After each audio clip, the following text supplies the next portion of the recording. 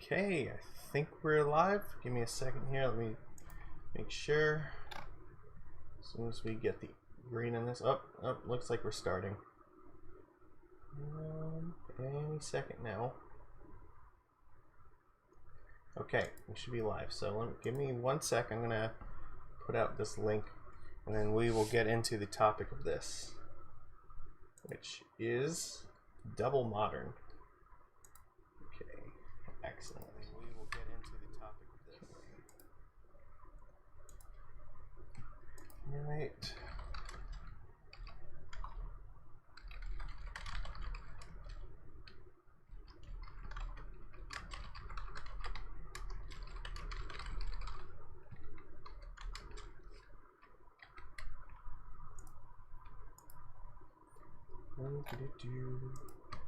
Get this up here.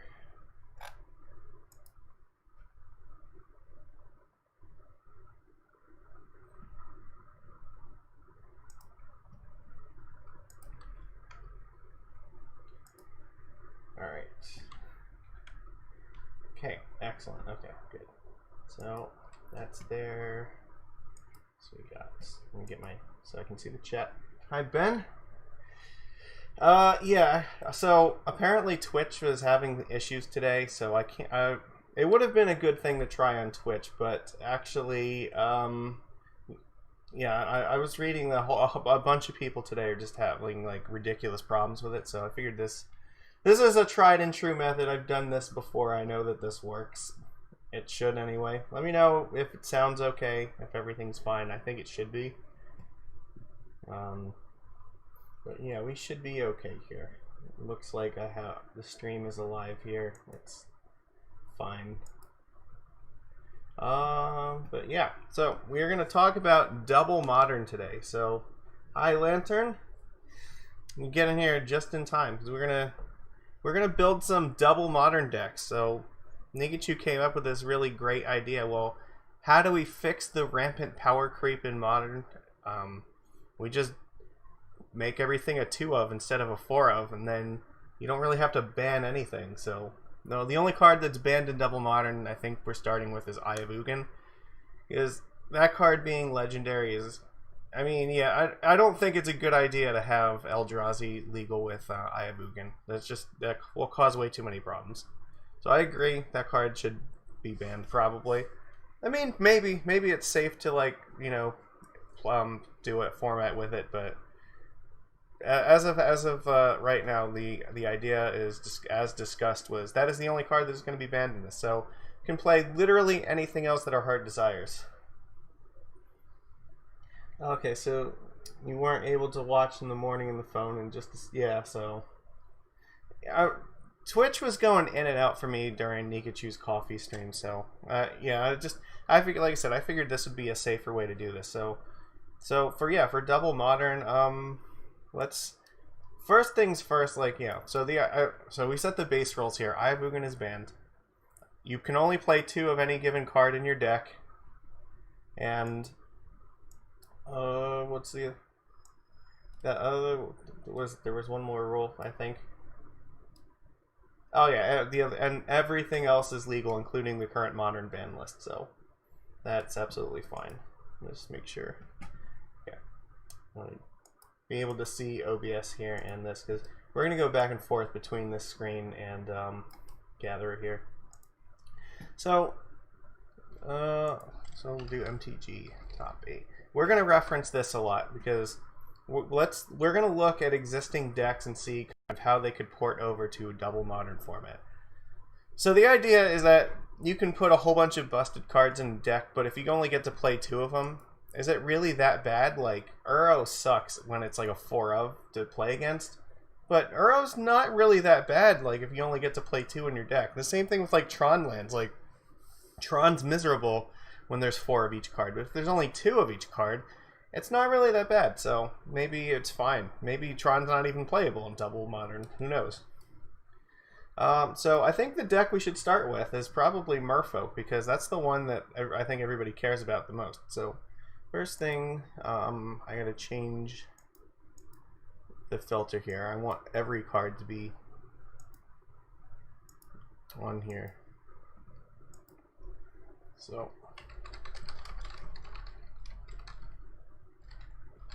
let's go through here and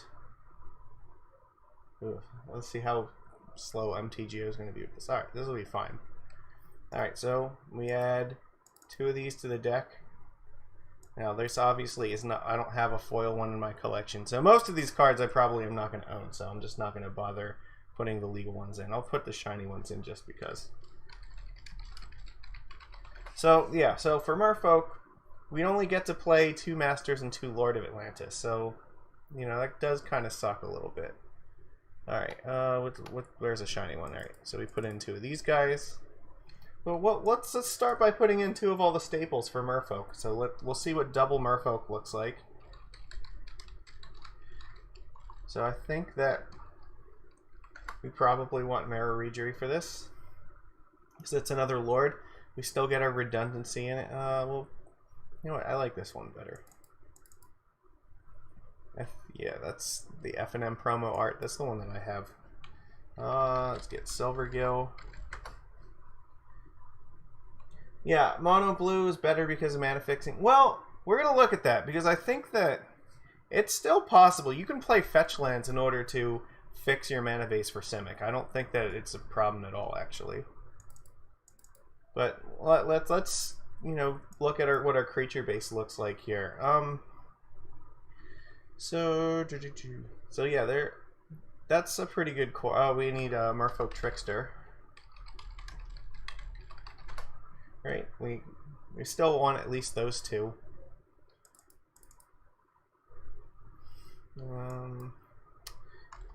Get our Aether Vial.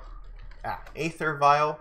Even if we only get to play 2 vials, I think 2 is still probably better than 0. So 2 vials in. All right, so right now we have what, 12 cards here.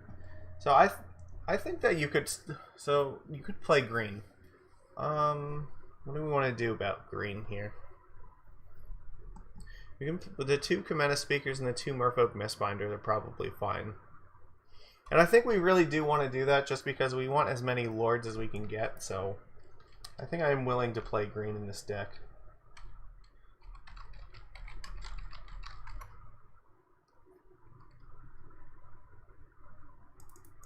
So we get those in there.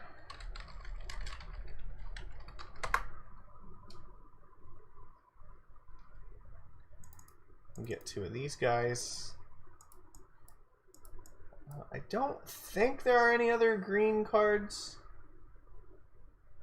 That, yeah. If this became a format, you'd have 2 Merfolk decks. So here's the thing: like, if this became a format, most people would actually have 2 copies of their deck. So like, not only does this like fix a ton of the power problems, it also fixes a lot of the price problems because suddenly nobody needs like 4 Scalding Tarns anymore. You can just get away with playing like 2 Scalding Tarns, and you can just, you know, trade the other 2 for something else. So, I mean, people could have, like, if you have 4 of every card in your deck, you magically now have, you know, a literal second deck to just trade with somebody. Let's get Spreading Seas. We'll put it, you know, so, I mean, we're only playing like 2 Spreading Seas anyway, so this doesn't really change anything. But if we want to, we can play Seas Claim in the sideboard if we really want more Tron hate. But that's not even... Yeah, the decks cost half as much. They really do. So, let's see. What other... Oh, Benthic Biomancer. We probably want that.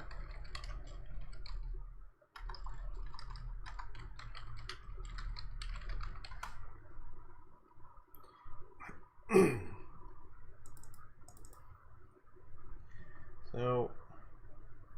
Right now we're at 20 cards here.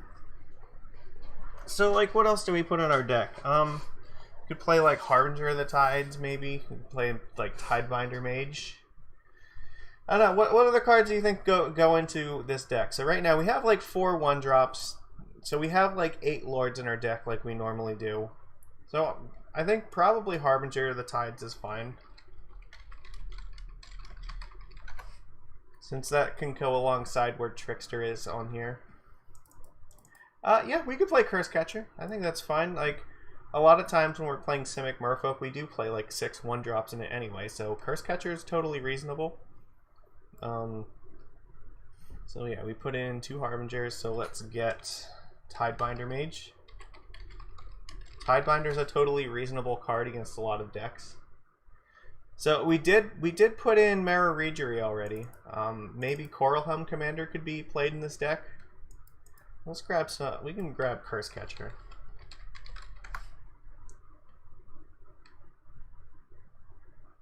I mean, we might not even need to play Curse Catcher though. So where are we at here? 26 cards. We want to get to. We still want to play 20 lands, so we need to be. Oh, you know what? Merfolk Sovereign. I think that's a totally fine card. We should play 2 copies of that. Yeah, the clamshell. Everybody loves the clamshell. See? Actually, we could even play. I think yeah. Let's put in 2 Master Aways. Why not? Maybe this is even a reason. Like, if we're gonna build a curve, that, like, well, okay. We normally play like 4 3-drops in this, right? So 20 lands could still be fine. We're also normally only playing like 2 of this card anyway. Maybe Phantasmal Image. That's totally fine. Kira could also be a thing. Let's not forget, we need Force of Negation. And Brazen Borrower, that's important. So let's see, we want Force. We can even play Deprives too, so...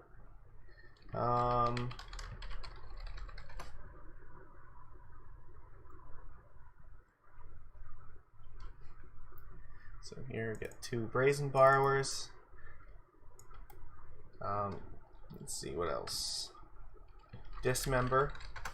We definitely like Dismember. See, look, it's not hard for us at all to get up to this, like, 40 cards here with just 2 of everything. But I do like Phantasmal Image. I think that I'm willing to try this. So we can put 2 Phantasmal Images, because it still keeps our curve low, but it also, since we have Master, it can kind of combo with that too. Is there anything else we want to put in here? I mean, we could put in like 2 Deprives.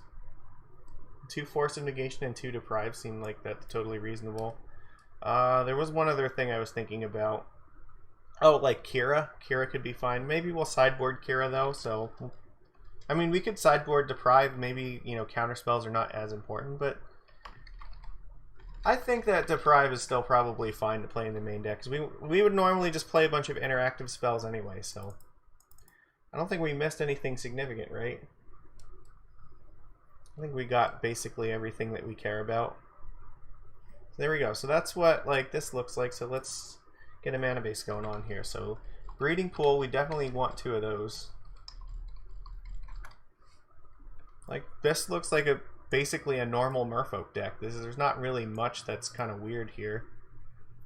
Okay, I didn't know that that one exists. That one's really pretty. What the hell is this one? Is this a promo that we might see in paper at some point? Alright, well, in any case, let's put 2 Breeding Pools in. I'll get our Cavern of Souls. Get into Mutavault. Yep, Sanctum's Waterlog Groves, we will grab those. Good call, Lantern. Yeah, sure. May as well use all the pretty cards. Alright, Mutavaults. Where are you at? We want 2 of these. I don't know, this one just has to be extra shiny, despite the fact that this card only exists in foil and paper. Let's get Waterlog Grove.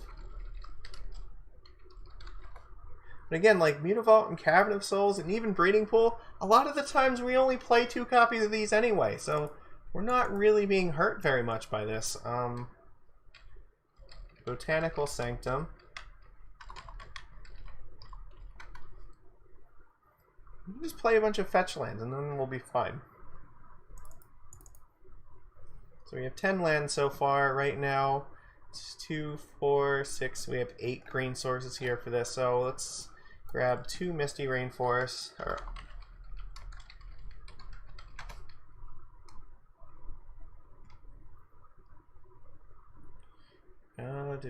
Sure. And we'll get Flooded Strand. And then we can just put in some basic lands, right? We should be pretty close. Actually, you know what? I'm not going to use that version of these because I want to be able to differentiate between like the breeding pool and these things. So let's put in this one. Yeah. So then we need like probably 2 more green sources, I'd imagine.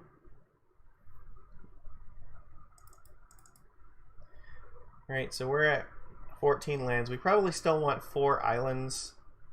So at least probably 2 more green sources. So I could just play more fetch lands. Like, that's totally reasonable. Like, just put in, what, 2 polluted deltas? I mean, it fetches anything that we need it to fetch.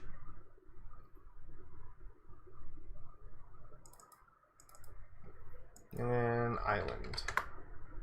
Well, there's going to be a bajillion islands. Okay. Wow. No. Oh, it literally just like put every card that has like island in the text. Alright. There we go. This is my favorite one. This island's the one that I own in paper, so. So basic lands you can still have as many as you want, so. Wow. Alright. So we gotta like make this just. There we go. There we go. So that's what I think our deck looks like here. So let's see. Let's count up our green sources to cast, you know, our Mistbinder and our Commander Speaker here. 2, 4, 6, 8, 10, 12, 14. Yeah, we still have our 14 green sources. And we can still play like Nature's or Return to Nature or like what's the other one? Shaper Sanctuary in the sideboard if we want. We have the green to support that. I think this is perfectly fine. I mean, the fetches like can just get basic islands when we have our breeding pools out. It's not a big deal. So yeah, let's look at what options we might want for the sideboard here.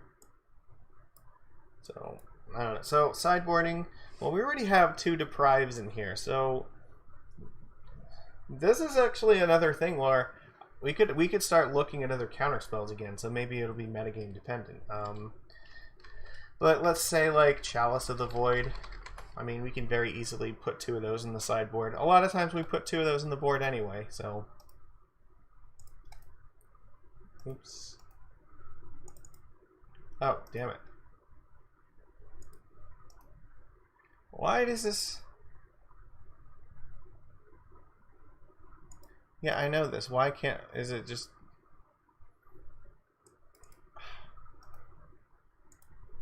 Okay, well that's weird. I don't know why it's giving me a problem with adding just 2 of them to the sideboard.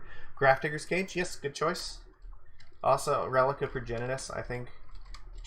we can play 2 of each one. I like again. That's a split that I normally play in my decks, like 2 and 2. So let's put. We'll get Grafdigger's Cage.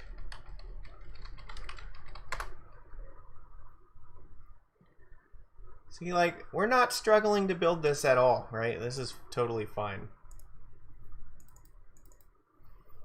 Okay, so what else do we want to put in the sideboard here? Something like Negate could be fine. Gut Shot maybe. Or is there any other counter spells for like 1 mana that we... Spell Pierce maybe? That could be reasonable. Is it... That's fine against like control decks and whatnot. I don't know. I mean... We haven't played with this card in a while, but it's not like we can't. Like, this Spell Pierce is totally fine. Could play like Kira, or, you know, if we want to grind out a deck like Jund. Or even, yeah, either Kira or Thassa, or even Vendilion Clique. Actually, you know what? Let's do that too. Clique is good against like control and like yeah, like any deck.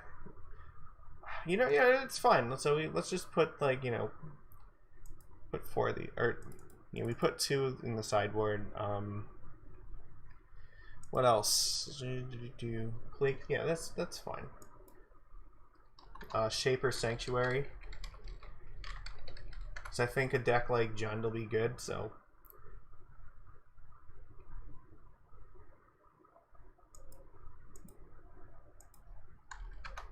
Did I not spell that right? Oh, the apostrophe is at the end. Okay, that's fine.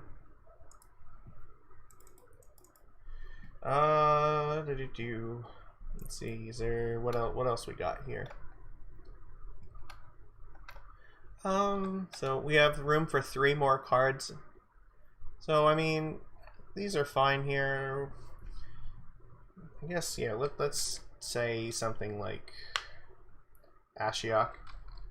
Ashiok. Well, do we need Ashiok if we have Cage and Relic? Maybe not, because Dredge might not even be that good. So is there something else that we really care about? I don't know. Let's say Return to Nature. Maybe artifacts we want some, or you know what? Collector Oath. Well, there we go. Collector Oath is perfect because there probably still will be a really powerful artifact deck. We'll put 2 of those in the sideboard. Then we have 1 more card that we can add. So 1 more card. Any ideas what our last card should be?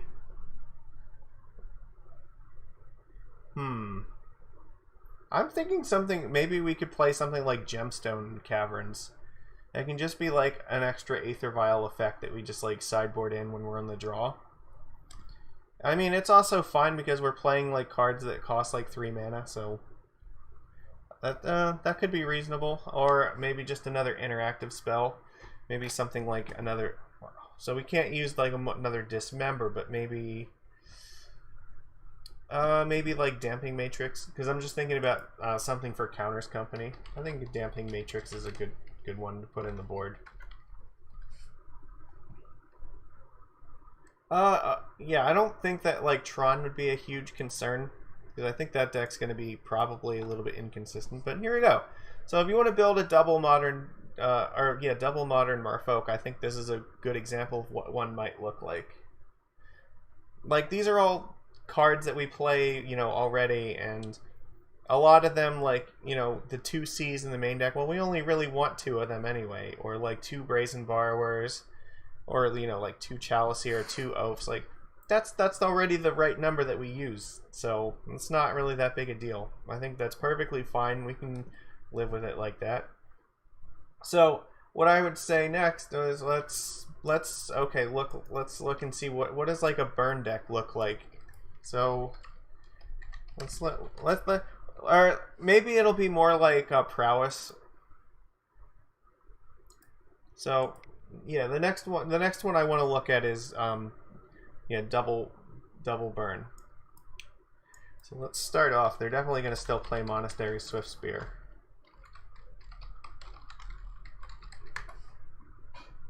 So yeah, I think that Merfolk deck is probably about where it is. Add 2 of these here. Goblin Guide.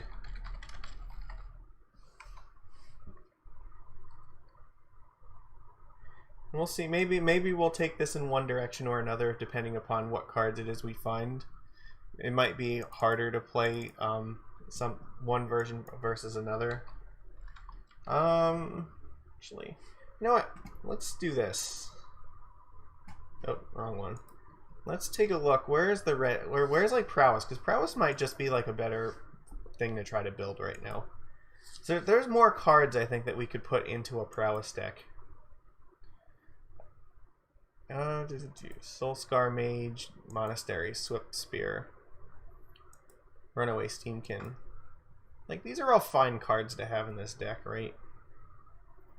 I think a lot of them are doing sort of the same thing anyway, so.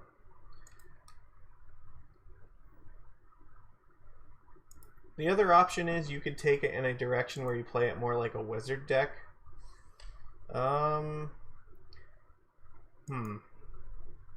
So I guess maybe the right. Or let's start with the burn spells and see how we go from there. So we want Lightning Bolt and Rift Bolt. Still going to play at least 2 of probably both of those.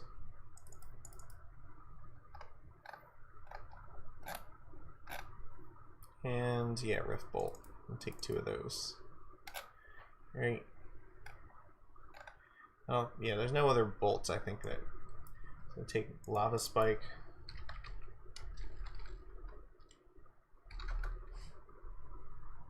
See, now you gotta think a little bit outside the box. Like, you can't just jam 4 cards. You actually have to think, okay, well, what cards are out there that could, like, form a coherent strategy for my deck? So Lava Spike, what else? What other ones does, like, the red deck want to play? So, the Prowess deck, you know what, probably Light Up the Stage would be fine. You can put 2 of those in.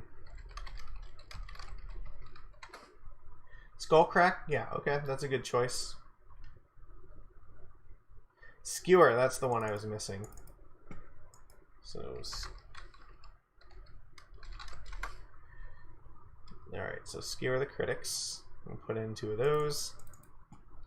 Skullcrack will be fine. That's a card that, like, I don't think it gets enough play. Like, it doesn't get nearly as much as it used to. I think it's totally reasonable. Let's see. Besides that, Eidolon of the Great Revel. They still want that card.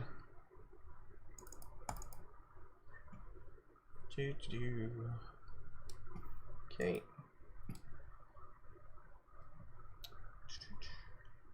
What about Burn? Like, what it? So that's like what red or that's what their deck is playing. Let's see, what is like Burn playing? Burn's a little bit different.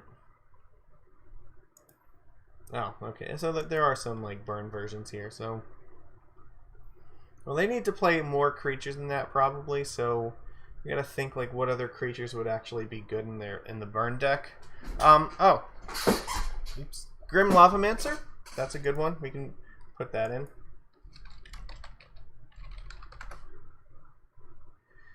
Yeah, if we want to splash white, we definitely get Helix and Boros Charm for sure.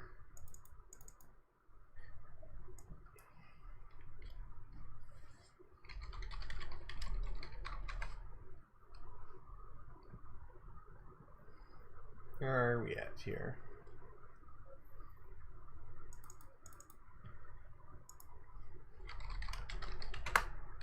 So we get Boros Charm.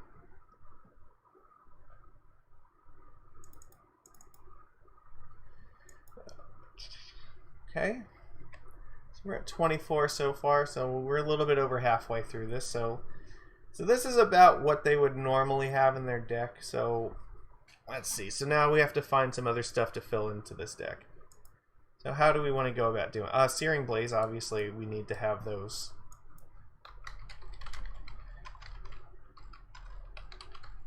And Searing Blaze actually has Searing Blood to go along with it, so they still get to keep 4 of that effect.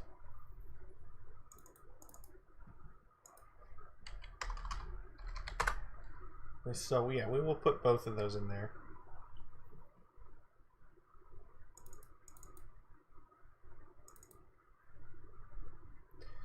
Okay, so we have some searing effects so that they can get through creatures a little bit better.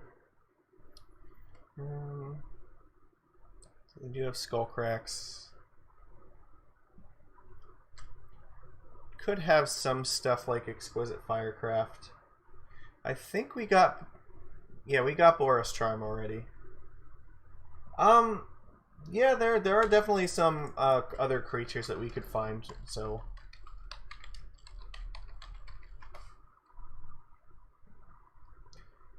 yeah, this is where you kind of have to. We're at the point where you actually have to think about it a little bit. So Phoenix is a fine card. It's a little bit slow, but it's like. So one other option is we could also play something like Step Links or what is it? Is that the one? Yeah. If they're gonna play lots of red fetch lands in their deck, could play this card and play it Geopede. That actually might be a good plan because that keeps them on color. Curd Ape would be another one. I think that's reasonable. Well, so let's see what this looks like. And then the other one would be plated GOP'd. So yeah, they're not like just limited to like the creatures that they normally play. Like there are other things. Like both of these are still like very strong, I think.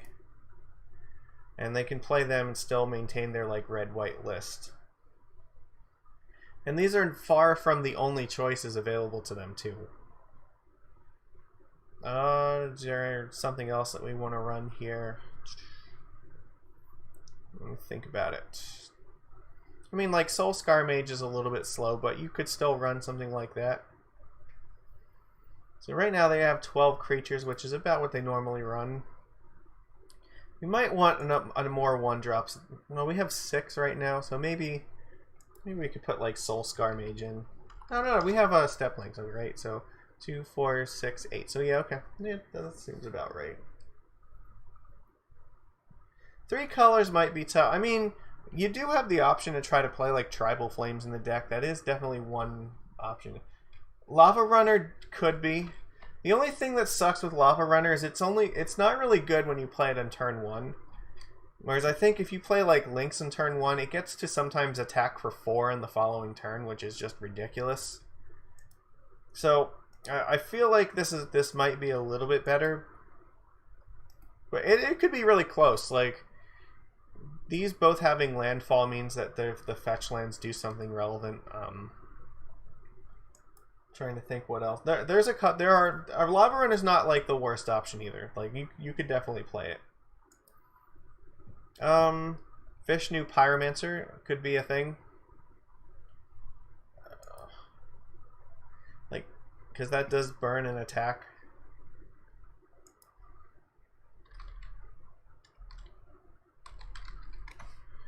I mean, it was what Chain Whirler is like probably a little bit slow, but that's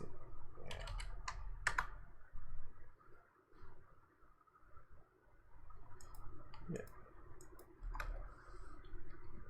I will figure out how it's spelled eventually. There we go. Like this has a shock attached to a creature. Like this might be fine to play. Still need to probably put at least 6 more cards in here. But this puts them at 14 creatures, which is around like the number that they normally do put in their deck. So maybe a different burn list we could look at that might give us more ideas. They can still play Lurrus in the sideboard, so you know what? If they're going to play Lurrus, then maybe like Seal of Fire is still fine. Yeah, Boros Charm is right here. So we do have Boros Charm. But Seal of Fire, yeah, like this is still a version where, you know, Lurrus is definitely going in the sideboard. So, and the cool thing about Lurrus being in the sideboard is that that's the 15th card. So you can then have 7 cards where you have 2 of them in the sideboard. So we definitely want the 1 Lurrus there because that'll work well with the Seal. So you don't run out of gas in the late game.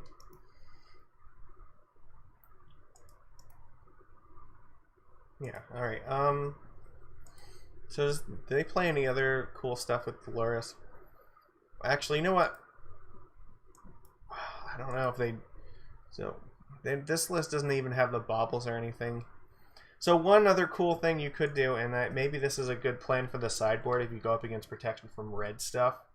Pyrite Spellbomb. It's not necessarily the strongest card to have, but it does sort of the same thing that like Seal of Fire does, but it costs like 2 mana to do it. But if you go up against like Master of Waves or Core Firewalkers or something, you definitely want to have these spell bombs. So I think maybe that's a fine sideboard card. I mean, yeah, it could be fine. I mean, you could play it in the main deck even. I don't know. We'll see.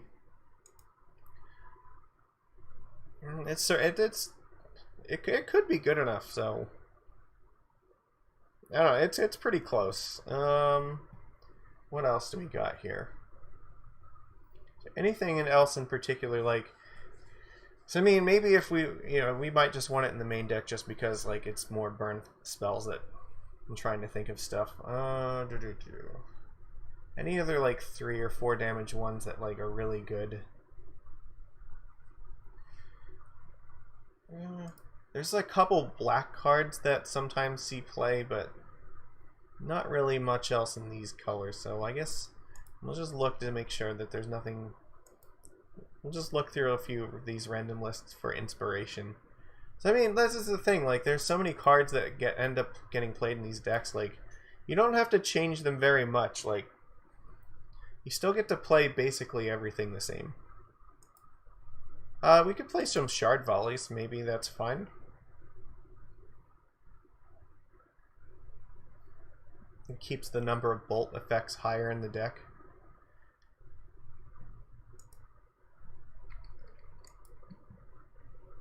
You know what?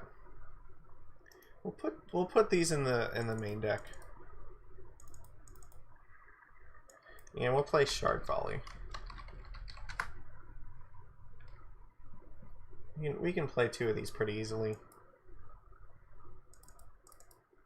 There we go. Now we just have to put in a bunch of lands. So let's start with... So we want as many fetch lands as we can jam in here. So we're basically going to put 2 of every fetch that we can, because it's going to be really good with the Step Links, the Lavamancer, and the Geopede. So let's...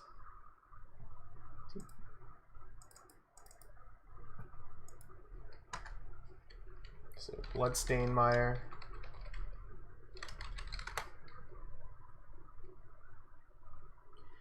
And it wasn't that hard to get to a 60 card list for this, I think. It was, yeah, it was fine.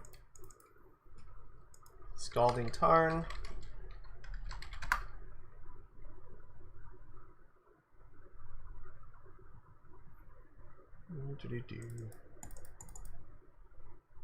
Alright. What are the other one? Wooded Foothills.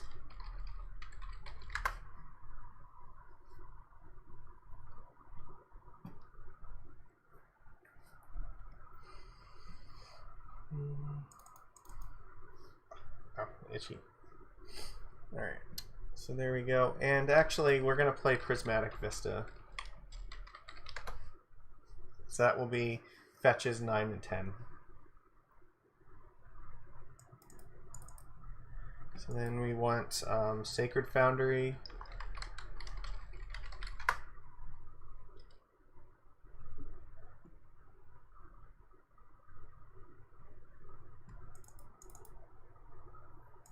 We want our, what's the red-white one called?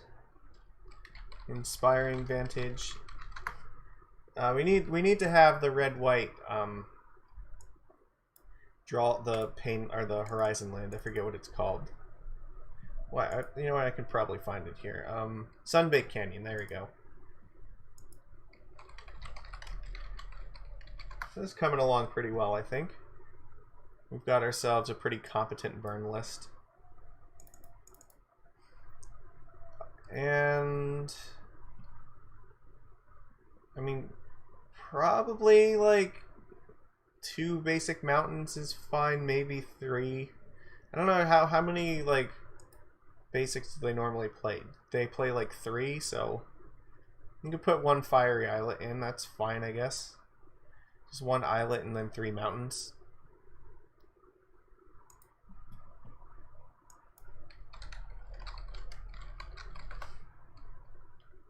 Yeah, well, yeah, that should be fine.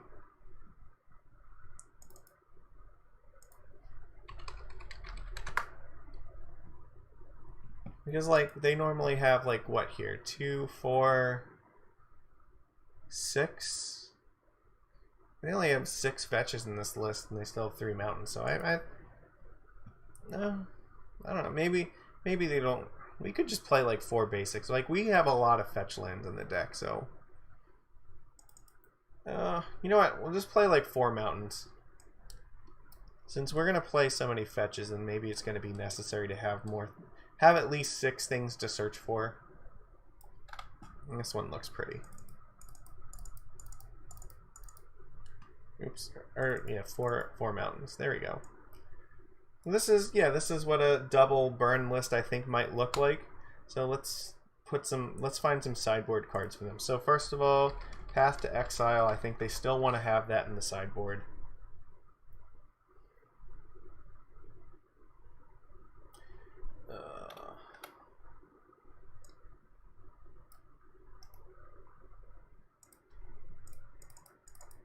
Core Firewalkers, probably. That card seems perfectly fine. Like, a lot of the burn lists definitely want to be playing this card, so... See, what else does, like, the burn list have in the sideboard? Like, Smash to Smithereens? Yeah, sure, we'll give them that. And since they're playing Lurrus, they also want Tormod's Crypt, so... Oops. Yeah, get back up here, chat. Yeah, let me know if you have suggestions of cards you think belong in any of these decks. I'm reading the chat as I'm doing this, so...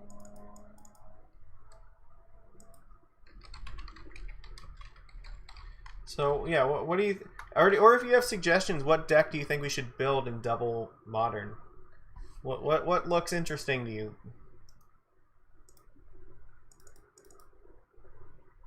I think this... I mean, a lot of these are going to be pretty easy. We main decked the Skullcrack, so we don't need it there. Maybe Wear Tear. I don't know how many of those they might play. Yeah, Wear and Tear seems fine. Like, they have at least 3 effects that get rid of stuff.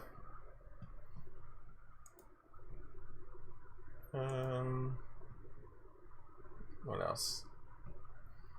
Okay, this one was spicy. This one's actually splashing for green so they can play a Tarkus Command in Veil of Summer, but playing green also gets you Destructive Revelry, so even a 3-color deck is still probably doable.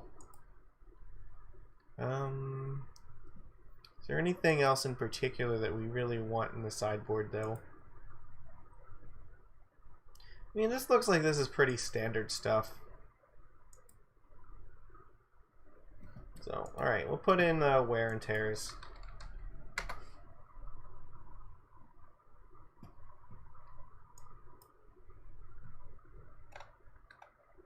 Alright. So we still need a couple more cards. Exquisite Firecraft.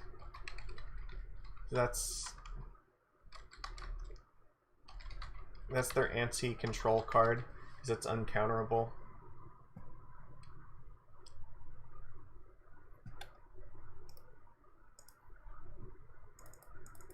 And then one more card.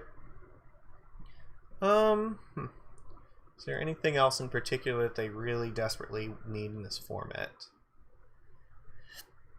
Maybe something like Volcanic Fallout.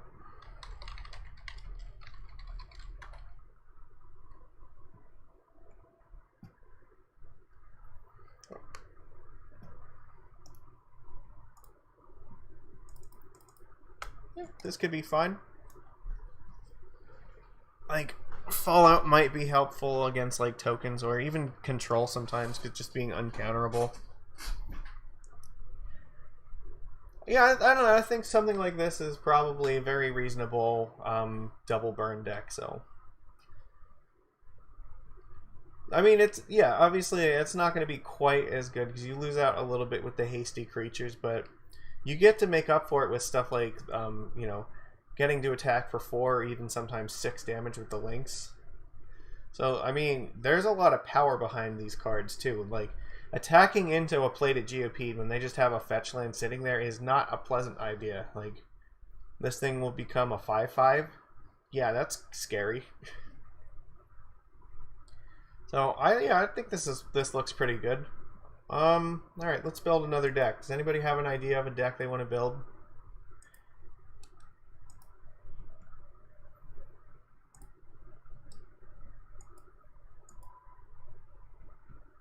Well, you know what? I did say Jund would be one that I would look at doing, so I guess we'll start with that. But I'm looking to see. I'm interested in ideas for more decks for this. Is Jund on here somewhere? Oh no, it's over with aggro. Okay, that makes sense. So a Lurrus Jund deck is perfectly fine, so we can do that. This one's very low to the ground. What about something that's like a little bit more mid-rangey? Like this one plays Kroxa. Okay. I think look at this. Like this is almost already a double modern deck. Like Most of these cards are only like 2 ofs anyway. Alright, let's build this. Alright, oops. Oh, not that one. Hi! What's going on? Jen Chevek, I see. I see you there in the chat. So we're gonna build double Jund now. Double modern Jund. So, I mean, the list that I'm looking at here already looks like it has... Like, it's very close to being legal in this format already, so this should be pretty easy to put together.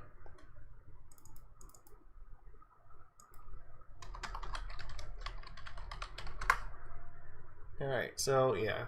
Get our Tarmogoyf for Dark Confidant. Always Skrillex Bob. And yeah, Dark Confidant reminds me of Zorg from Fifth Element.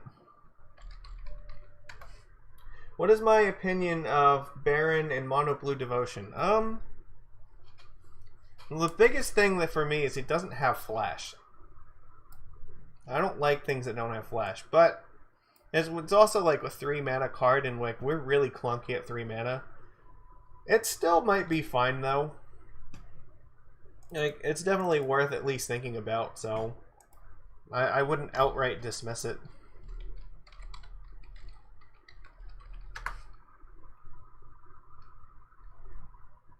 Yeah, in Mono Blue Devotion, like, the last thing you really want to be doing is trying to bounce stuff back to your own hand. You really need to stick things out to the board, so you're not going to get to use his value very much.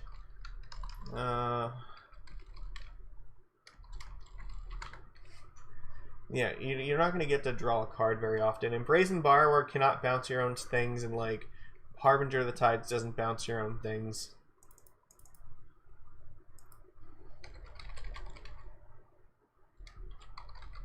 So, I don't know how many I might play, but we do have Leyline. This is true. I mean, no, Mana War effects are not bad at all. Like, it's definitely something I would consider, but I mean, I'm just saying we already do have like Brazen Borrowers and Harbinger of the Tides to kind of fill that role for us, so it has some strong competition as far as like bounce effects goes. So the cool thing with Jund is they already they have like a million spells to choose from, so it is not hard to just like find 2 of like any given card to put in that deck. So what else we got here?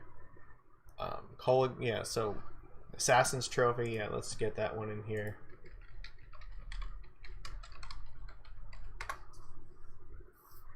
Manowar, also one of your favorite bands. I'm actually not familiar with the Manowar band.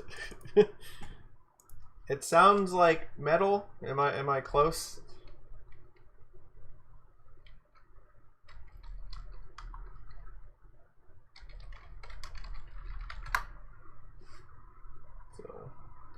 Get Cake Mand in here. Get 2 copies of that. What else?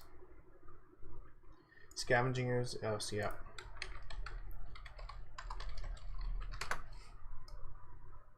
Alright. Alright, cool. Well, maybe I'll have to check it out then, because I do like metal's kind of my thing. I listen to a lot of that sort of stuff, so it's definitely something I might be interested in. So another 2-drop that the Lurrus Jund deck might want to play is Grim Flayer. This is a card that like has seen play in the Jund deck before, and it has synergy with this, so it also puts things in your graveyard, so it's really good with Kroxa and Lurrus. It gets really big really quick. I think, yeah, Grim Flayer is a very natural fit to go alongside Tarmogoyf. See, so what else they got in here? Seal of Fire, obviously, they need that. And then Wrenn and 6.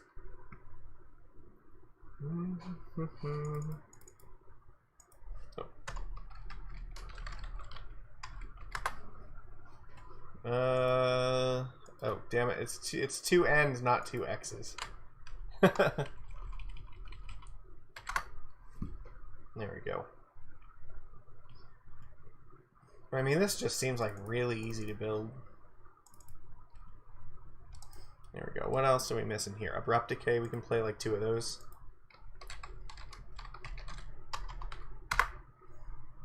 So, alright, so here's the thing. Double Modern is exactly the same as regular Modern, except no cards are... no cards are on the ban list except for Eye of Ugin. And you can only play 2 copies of any given card in your deck.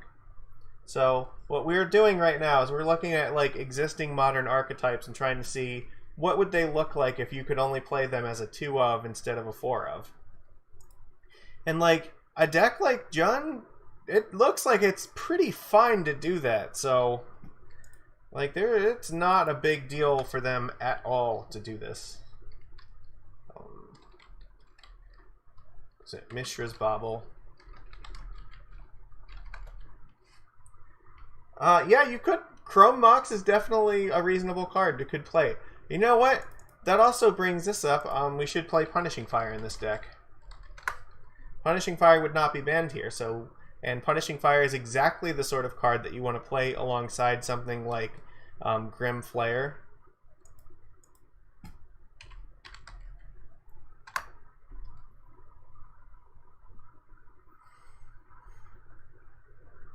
There we go.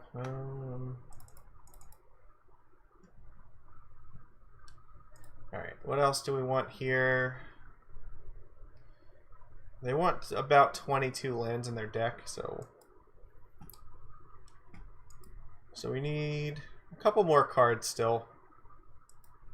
So actually, this might be another one where Pyrite Spellbomb is functionally just more copies of Seal of Fire for them. It's not quite as good, but you know what? I think that their deck would still play, because it can be either extra Mishra's Baubles or extra Seal of Fires. They don't really care. They just want the value out of it. And we still need a couple more cards here. So we have 10 creatures. Their deck has 11 creatures. So probably like, you know, 1 or 2 more creatures maybe.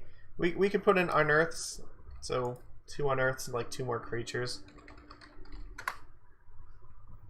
Seems totally fine. Oh, yeah, here we go. And then we need 1 more creature to put in here. So some like creature that costs 1 or 2 mana that Jund would play. Well, we can't play more Tarmogoyfs, so that's out. We got Kroxa, we've got Ooze. Is there something that I'm thinking about? Or what am I missing here? And you know, maybe it's worth actually looking at this too. Like, what is like the current Modern ban list? Because maybe, yeah, in Double Modern, one of the ways we keep power is we just like play with cards that are on the ban list currently. So like any of these cards could be totally fine to play. So, what is a card in this list that maybe Jund would care about? Oh, Deathrite Shaman, duh. We're gonna play with fucking Deathrite Shaman.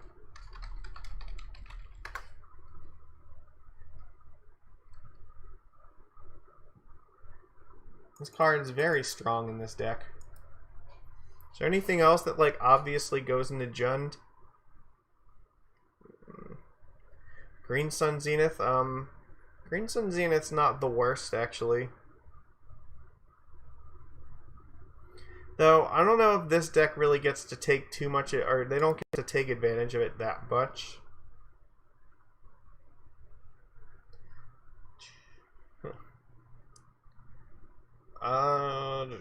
Oko's still really strong, but I don't have enough blue mana for that. I mean, yeah, there could be decks that play Mental Misstep. That's definitely a possibility. Maybe Mental Misstep will help keep like Luris in check in case it gets out of hand. Actually, probably Once Upon a Time, I imagine, could be really good in the Jund deck. Fine, maybe, I don't know.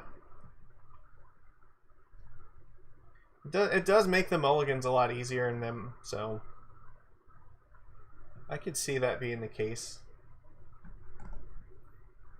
Yeah, I don't know what else Jund would want here. So we did take the Punishing Fire already, so... I mean, it could be fine as is. So that's 12 creatures, so... Really, they want to like really just get value with this Croc, so... Or no, we have 38 here. Or no, never mind. So we don't need to put anything else in here. We put the death rates here, so that should be good. Alright, this is fine, so let's add the Luris to the sideboard. And then we'll figure out a mana base for this. I think it's a little bit harder to play 3 colors in this format because you don't have access to quite as many fetches and shocks as you would normally. But it should still be fine. If you look at the mana base that we were looking at here, most of their cards are only like 1 or 2 ofs anyway, so it's not really a problem at all to just play like 2 copies of these things. So play 2 copies of each of the fetches. So what is it?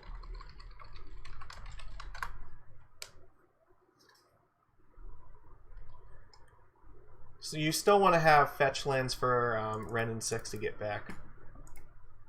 So Bloodstained Mire, and the other one is Wooded Foothill.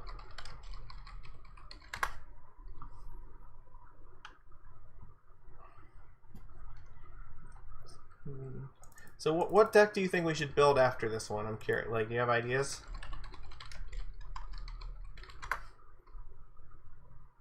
I'm thinking about maybe we look at building a fun combo deck after this. So we've seen kind of what like fair decks will look like. Maybe we should see like what the broken decks will look like.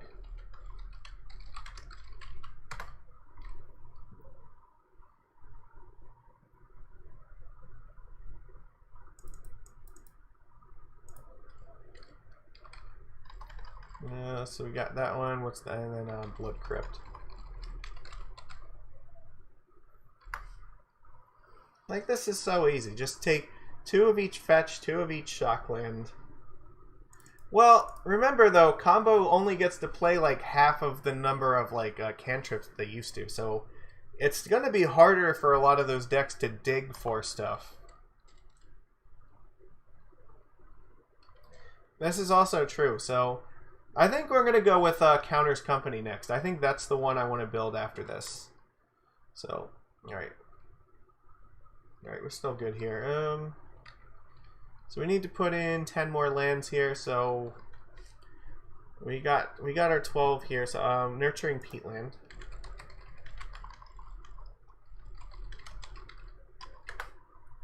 Because that's the one that they get back with this to keep drawing cards. And then Raging Ravine. Because you have to have enough value lands to, like, you know, man lands are really good in this deck. And it also helps color balance it a little bit better. Is there anything else interesting? Blackcleave Cliffs, that makes sense. You can play like some of those.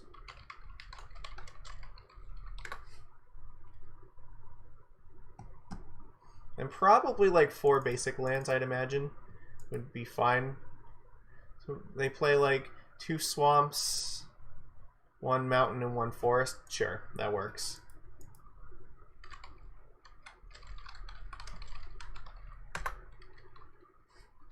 Dig Through Time, that's also... Dig Through Time and Treasure Cruise are both legal.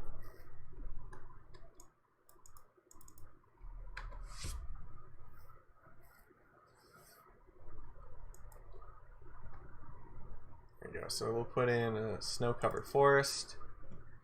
And then a swamp.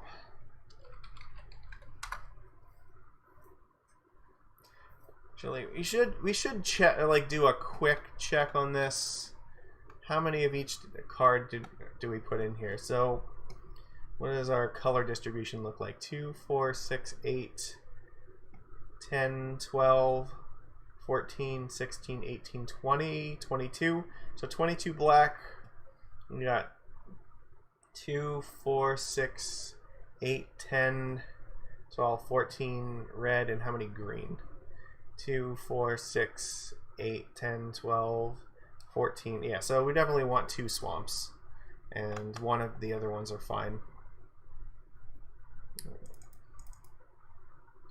Yeah, so then we just put in 1 snow mountain.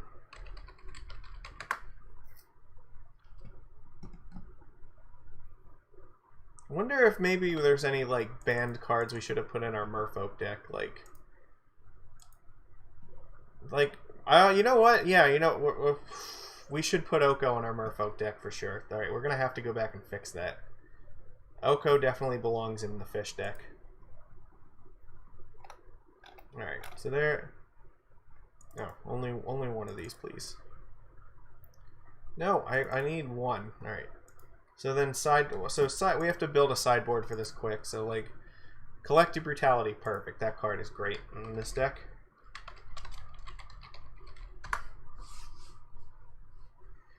Yes, we are gonna build an artifact deck for sure. That's on our list of stuff that we're gonna test. Oop, nope, Brutality. I want you in the sideboard.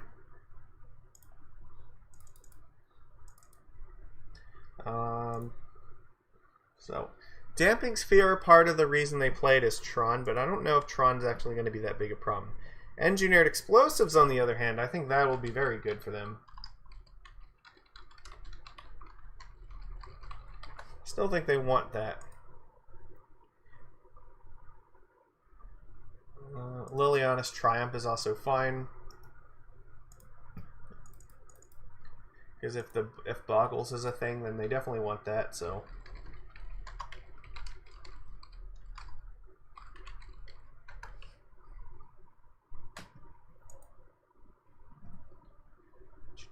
Anything else here? Nihil Spellbomb. Yeah, that makes sense.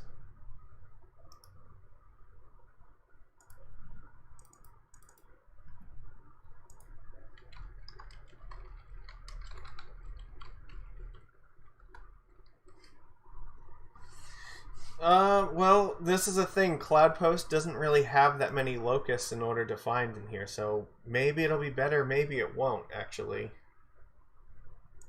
I'm not... Oops, nope. Not here. That's another card. I'm not sure if like only having, you know, 2 of each of the locust lands is going to be enough for that deck. What other cards do they want? Let's look at a few other Jund lists and see if there's any. It's just no, that's the one we were just looking at. Other cards they could boil. Yeah.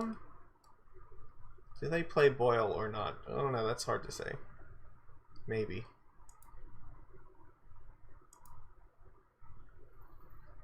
I mean, I guess. Let's put 2 Boils in the sideboard. They really hate islands, I guess, so... Alright. Boil. You heard them. They like this card. And they also like Anger of the Gods. Pillage, that's spicy.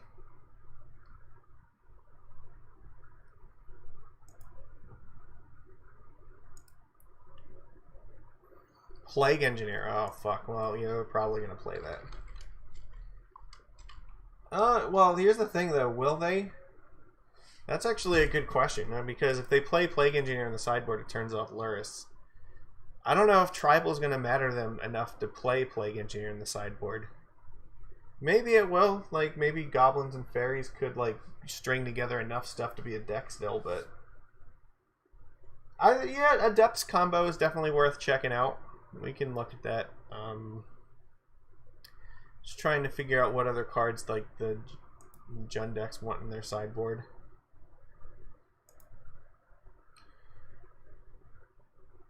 Seal of Primordium actually seems pretty fine. Yeah, okay, so... Oops. Here we go. Alright, so we'll just put like 2 of those in there so they have some coverage in some of this stuff.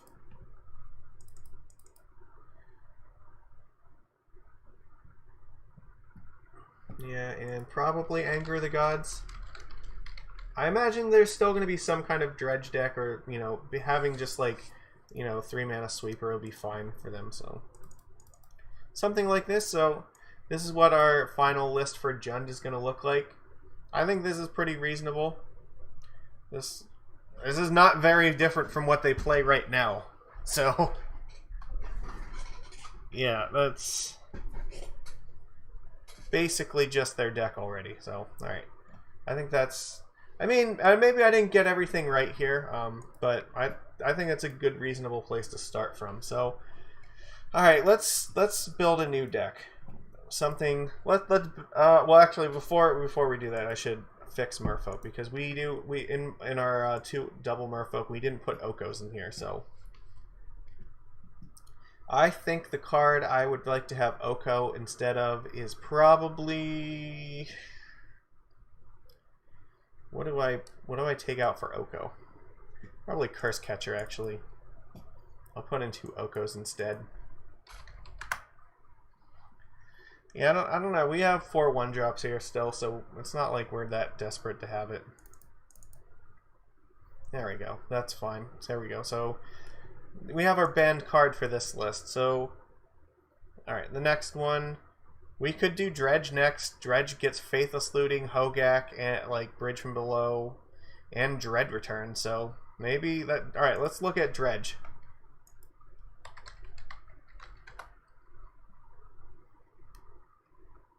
See what we can do with this. Oops. Come back here. So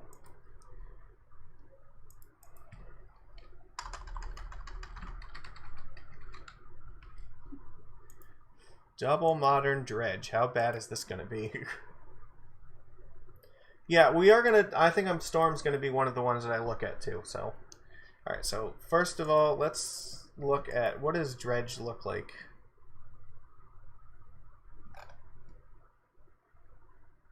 Where is Dredge? Do they put Dredge under aggro or combo? I don't know. It's probably like right in front of me and I'm just not seeing it. Oh, here it is. It is under combo. Okay. So like... So it's 4, 5, 6...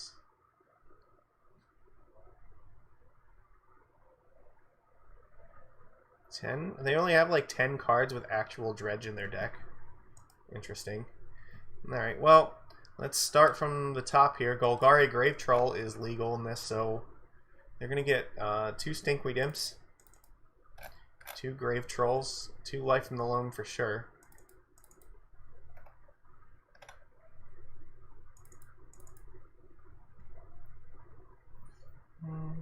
Actually, you know what? I want the original art for this one because that's just... Yeah, this is nicer. What else? So, they're not going to have quite as high of Dredge numbers, but that might just be fine. This has Dredge 2.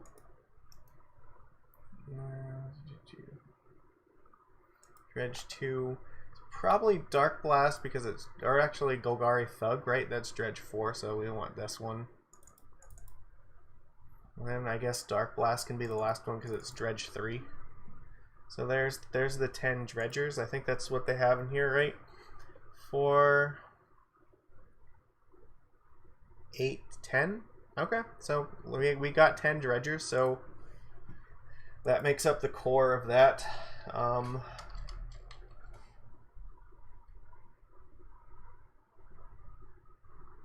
Yeah, Legacy Dredge is like very different in a lot of regards. This is also worth noting. So Narcomoeba, we need that.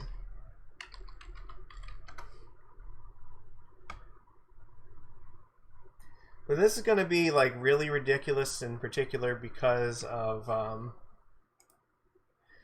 because we're going to get to play with Dread Return. So this is actually going to give the Dredge deck some ways to like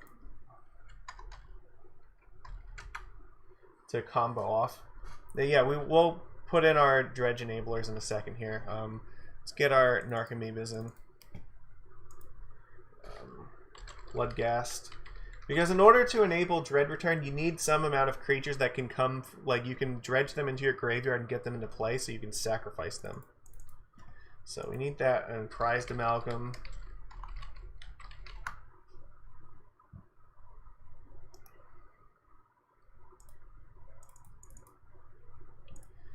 And then we want Dread Return. probably 2 copies of Dredge Return.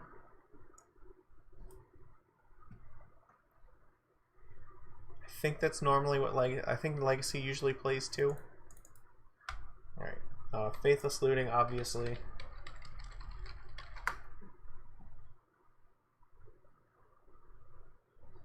And I think Hogak goes in this deck too. Like, it just would feel wrong if we didn't have Hogak.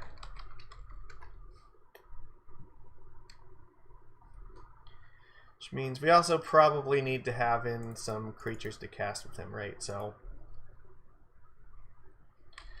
we put in Stitcher Supplier.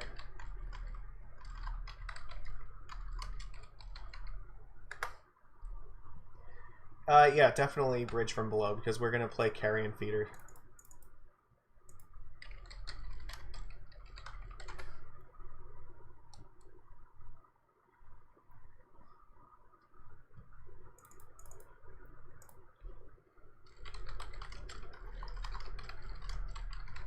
I just want to make sure I have enough actual creatures that I can use to convoke the 2 Hogaks, because we're definitely going to want to see them.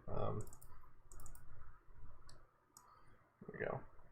Yeah, Dredge might actually be really scary in this format. Is there anything else that, like... I don't think Dredge plays, like, Punishing Fire. That's just, like, way too fair for their deck. What else does the Dredge deck want?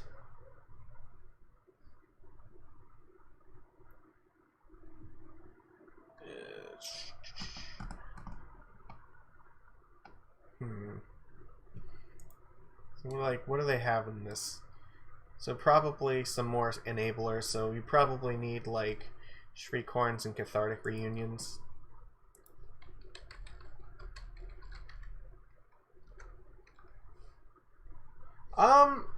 So I think so, and the reason is, like, Bridge from Below is a card that works really well with Dread Return. And then, like, Carrion Feeder and where is it?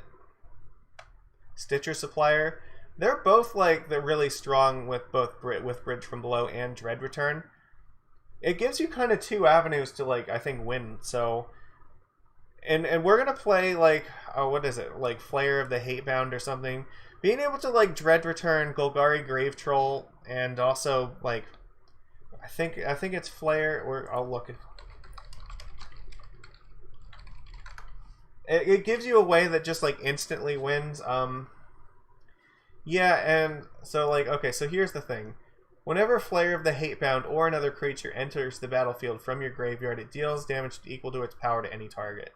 So, one way that Dredge can end the game is if they can Dread Return this card into play, and then Dread Return Golgari Grave Troll into play, because it's going to have a counter for every single creature in the graveyard. So, this thing is going to, like, come into play, and it's going to deal, like, 20... or this will deal, like, 4 damage, and then the Grave Troll will deal, like, 15 to 20 damage by itself. So, like, that is one, like, combo that can end it. So so one of the goals is you need to have 3 or 6 creatures in play so you can get this Dread Return. So Bridge from Below helps you get enough creatures from this, and these 2 together also, like, fill up the graveyard while also giving you sacrifices for Bridge from Below, so you can keep getting zombies. And, like, and again, like, these things also convoke for Hogak, so, like, it really kind of works out a lot, I think. There's a lot of synergy to this, so... So Mom Hug definitely seems like a card we want, because that card is just very strong. And yes, the artifact that you were thinking of is damn, I know which one. We are gonna play that one. Altar of Dementia. That's the one. So yeah, we will play it. And Dredge in their deck plays 20 lands. That's fine.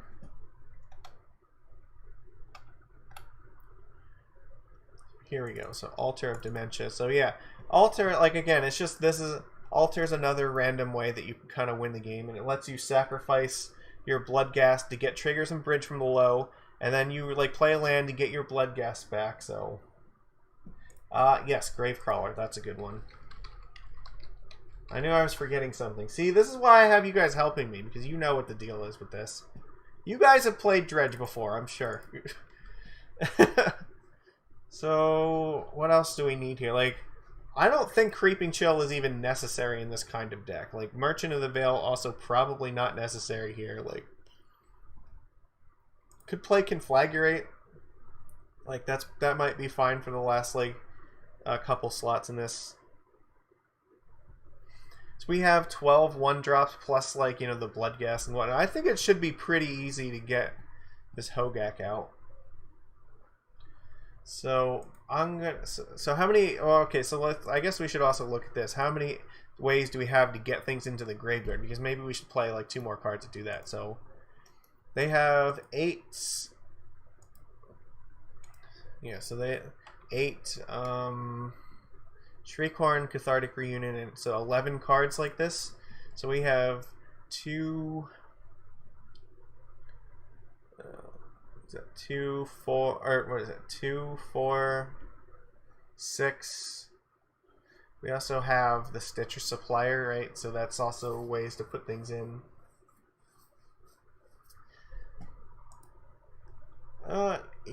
Yeah, that is fair. We could do that.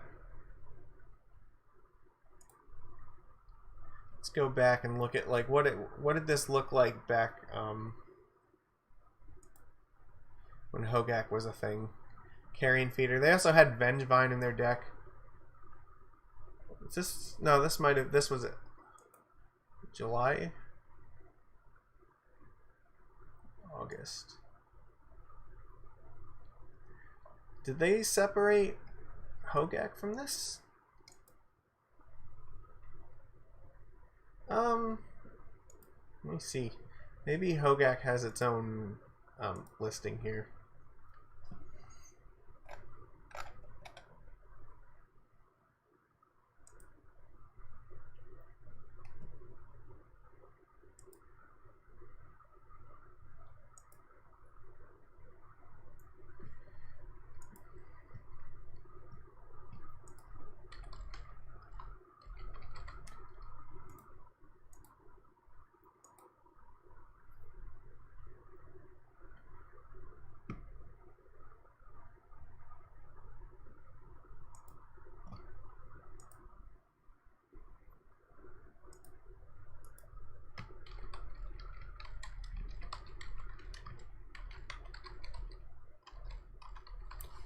So yeah, this is fine. Alright, let's look.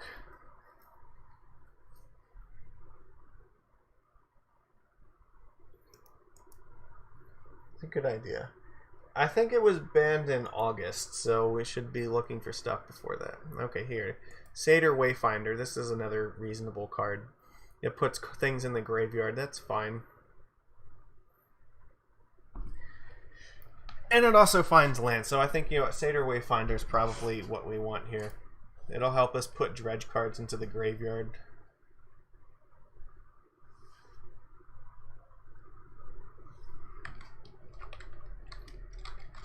Maybe there's a better way to build this. You know what? We didn't put the combo into this deck, so maybe we have to change something. But I definitely feel like we want this card.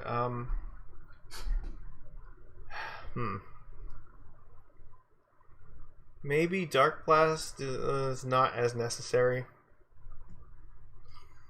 You don't need as many actual Dredge cards, I think, when you have stuff like Wayfinder and Stitcher Supplier. Or you know what? Prized Amalgam might also be too slow for this. Like, this list doesn't even play Prized Amalgam in it, so you know what? We can probably cut it from here.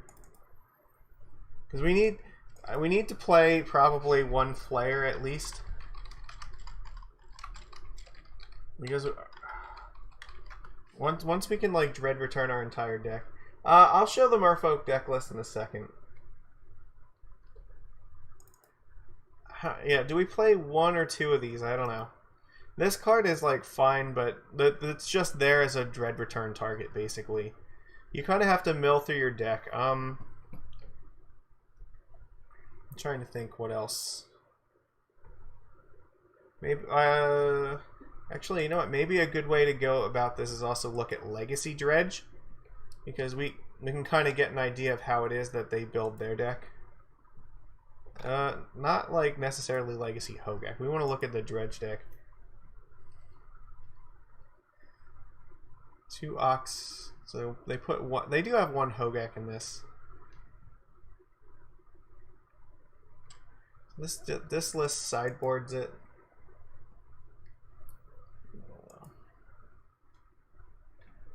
Okay, so Iona is another fine one, so you can Dread return it. Yeah, I mean, Flamekin Zealot, it gives all of your tokens haste. That seems fine. Alright, so they basically have like 2 ways to kind of just like do stupid stuff with Dread return, so maybe that's okay. So sure, we'll put in 1 Flamekin Zealot. There probably is a better card to give everything haste, but I mean, like, this deck has so many ways to win the game at this point, it's ridiculous. Because you can win by decking them out with Hogak, you can win with damage from Flare, and we're also going to say you can win with zombie tokens, so...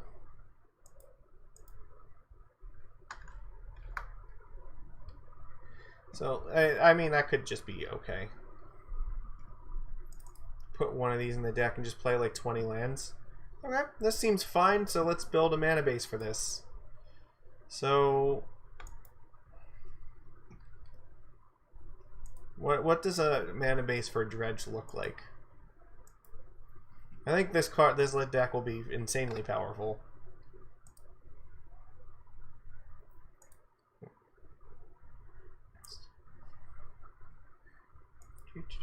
Yeah, okay. Well, that's also true. We can play the deck more salvage as a 1-of if we want. So Verdant, Catacombs, I guess we play 2 of those.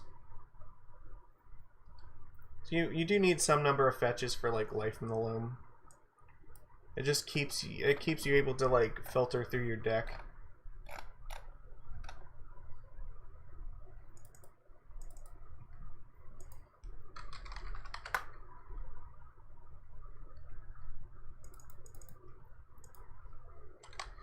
And, damn it, why can I never remember the other one? Bloodstain.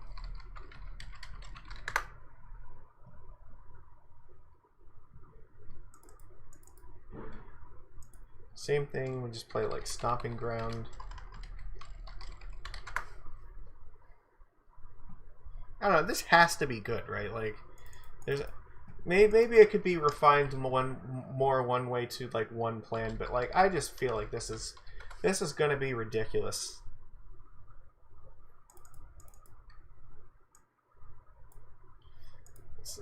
Even if it's not exactly this list, it's got to be something very close to this. I don't have any Creeping Shells in here, because remember, there's no banned card, so like, we don't need stupid Creeping Shells. We have way better things to be doing, like Dread Return.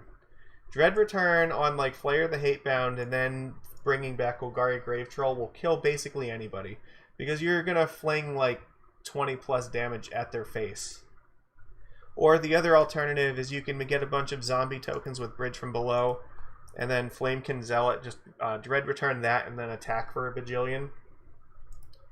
Or there's also the option, if you have Altar of Dementia, you can just go off with Hogak and just like mill out your opponent's entire deck.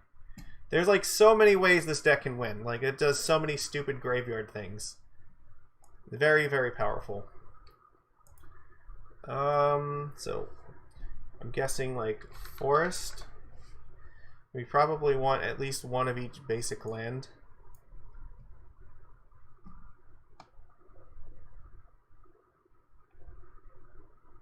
Come on, MTGO. I mean, double Dredge, yeah, it just seems nuts. Come on, I hit the search, didn't I? Come on, where are my forests at? Come on. Their lands are always at the end of the list. No, I don't want Dryad Arbor, I want actual fucking forests. Here. Here we go. Let's pick out one. Here, you look like a forest. Yeah, we could put creeping chills in the sideboard. That's fine. Like, it's totally reasonable. Sure, snow-covered swamp.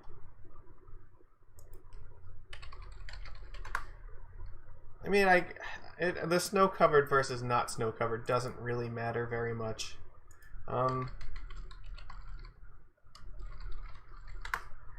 We'll put in one of the Dakmore salvages. Actually, I did not spell that right, did I? No, I did not.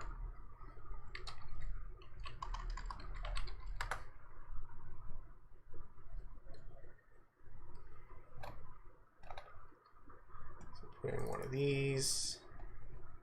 And probably... Oh yeah, Forgotten Cave. That just seems really good. So... 2 Copperline Gorge, 2 Forgotten Caves. It seems fine. Actually, you know what? We might need the black mana a little bit more, though. Because, like, the regular Dredge list is more green-red heavy. This one's going to be more red-black heavy, so actually probably Black Cleave Cliffs.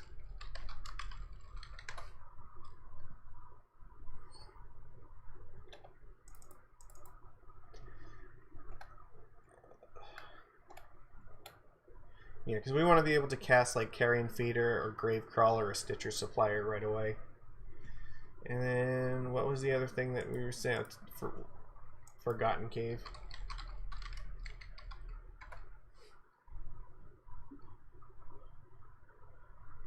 Maybe I don't need the basic mountain.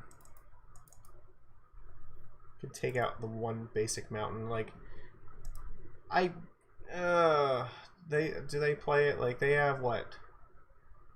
They don't play the basic forest in this one. They do play the mountain and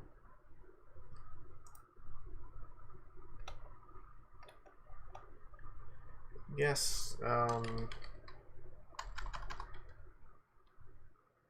yeah, the red green, the copper line. We'll play one gorge. We get Oko. So, all right. So here, this is what our Merfolk deck looks like. So the one banned card that we're picking up right now is Oko, Thief of Crowns.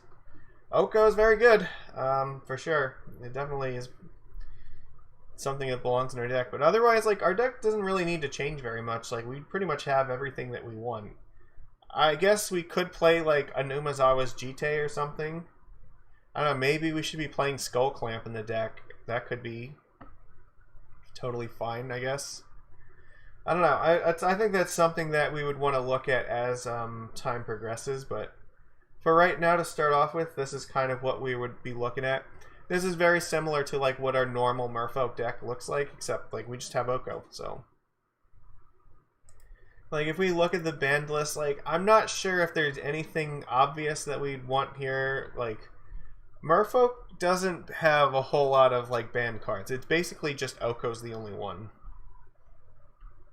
I don't know. Like, Pod doesn't really go in this deck. Like, artifact stuff, not really. Like, Skull Clamp or Jite could. Maybe, like, Once Upon a Time could. Green Sun Zenith doesn't really, so... what else? You know, it's possible that maybe, like, Chrome Mox actually could, because Chrome Mox might be functionally more Aether Vials. So, like, I guess if we were going to play Chrome Mox, like, what would we have to cut from our deck for it? I mean, it could make sense. The problem is, like, Chrome Mox is card disadvantage. Like, it is so bad for us to have, like... Chrome Mox and then like on a mulligan, so Divining Top is a little bit slow for what we're trying to do. I mean, it's possible we could refine this a little bit more, but I don't know. Well, we'll think about it. Like, maybe we'll come back and make some changes to it. So for right now, let's finish up Dredge here. So I like this idea of Creeping Chill in the sideboard. We'll sideboard those.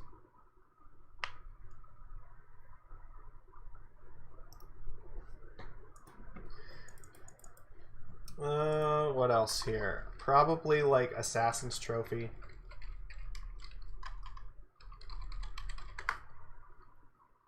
It's one way for them to beat hate cards.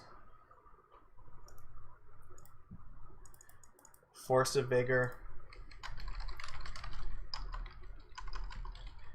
It should have enough green cards in here to actually cast it, I think. So 1, 2, 3, 4, 5, 6, 7, 8. Actually, maybe that doesn't have enough green cards for Force of Vigor, now that I think about it. Yeah, there's only 2, 4, 6... There's only 8 green cards in this deck, so we might have overestimated, you know, how important green is.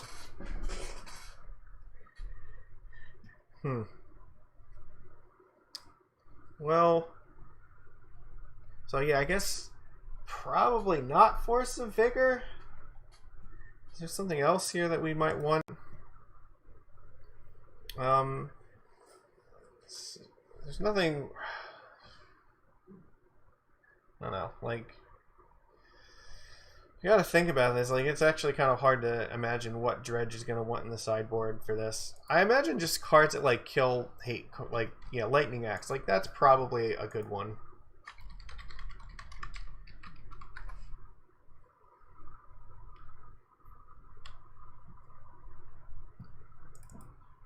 Oops, nope, not there.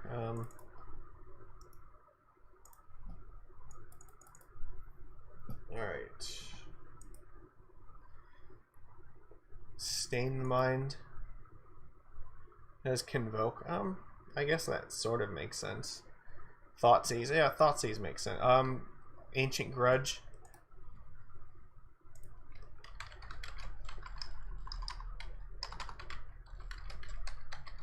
Also... Oops, not Ancient Grood. We can do better than that. Eye of Ugin is the one card in Double Modern that is still technically banned. So, I think I agree with Nikachu on that it probably needs to be. Maybe not, though. Like, there's definitely room to, like, experiment with that, but... Shenanigans. Probably at least one copy of that in the sideboard just because it can dredge into it.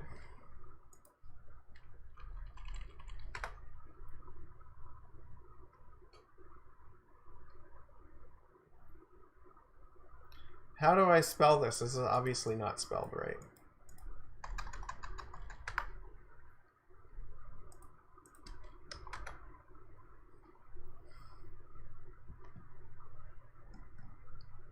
There we go. And then Thoughtseize seems fine.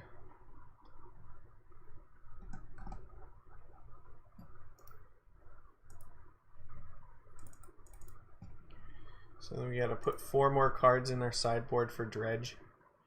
Leyline of Sanctity. Blast Zone. Blast Zone's a pretty good one.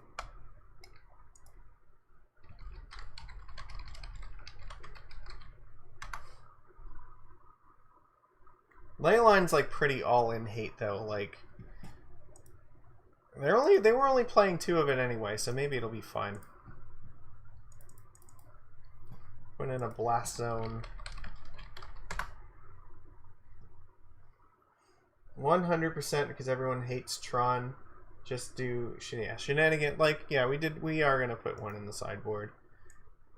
And then 1 other card. Is there like 1 other thing that's like really good here? Probably like 1 Conflagrate. I agree with that. You can put 1 in the sideboard. That'll be okay.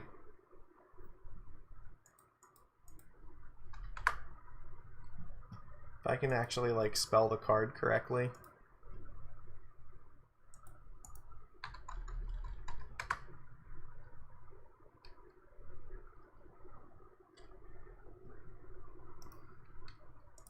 There we go. There. So this is kind of my idea of what double Dredge might look like. See Hogak hiding down here.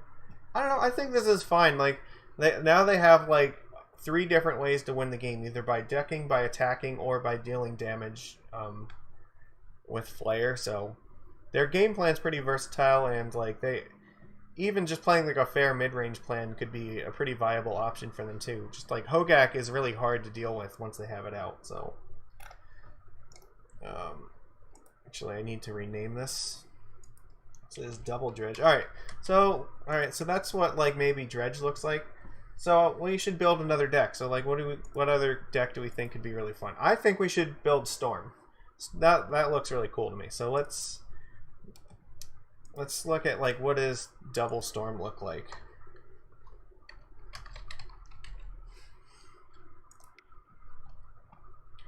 Alright, so it's double Storm. So definitely we want Grape Shot in this deck. Hi Lantern. Oh, whoops. I gotta change this because it's not the right format. I have to set it to free form in order for it to give us the correct stuff. So right now we have we built 4 decks. So we went through Merfolk, Jund, Burn, and Dredge, and now we're working on building a Storm deck, just to kind of get an idea of like what double decks might look like. Oops. So we want that, and I think the other cards that... So... Aria of Flame might be a sideboard option for this deck. I don't know, I don't think the Storm decks normally play more than like 2 Grape Shots anyway, so that's probably not that big a deal, actually. If we only play, yeah, like... So let's take a look at like what does Storm look like now, because they're going to lose some rituals, but they also get Seething Song, so it's going to help a little bit. Like, they get some cards back, and they're going to lose some cards, so I don't know if they're going to change very much. So they get Seething Song, Desperate Ritual. We have not done Twin yet. We could. So it would be like 2 Splinter Twins and 2 Kiki Jikis. Yes, Rite of Flame. We're definitely going to put those in. So they lose 2 Desperate Rituals and they lose 2 Pyretic Rituals, but they also pick up 2 Rite of Flames and 2 Seething Songs. So I think that they're really... they don't lose a whole lot. So as far as their creatures go, they normally play like 5 or 6, I think, mana cost reducers. So they're only going to get to play 4, so that's not that big a deal.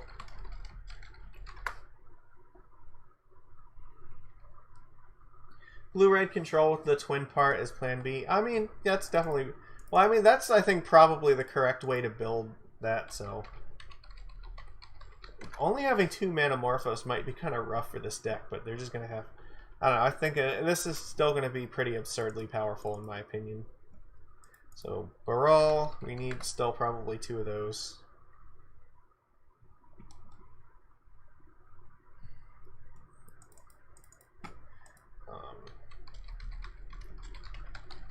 Goblin Electromancer.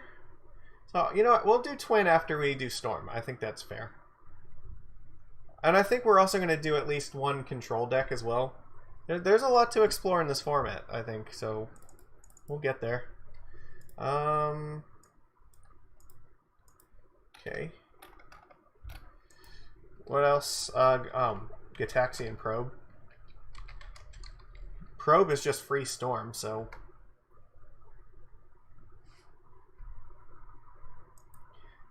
Oh yeah, the format, we should restrict this to Modern. No, we don't want to restrict this because, we want to see everything, so... Either blue-white or Bant, definitely. Yeah, so Ponder.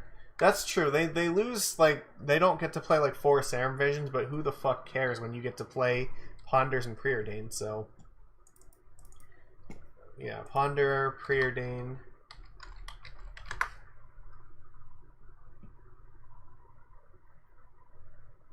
Okay. And then what else do they want here? So probably Gifts Ungiven. Put 2 in there and then like 2 Past in Flames.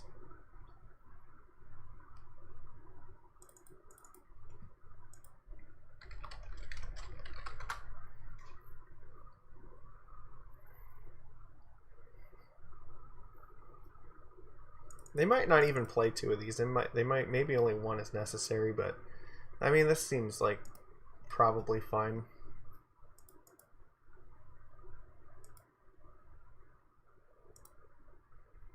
I should actually look for it like this.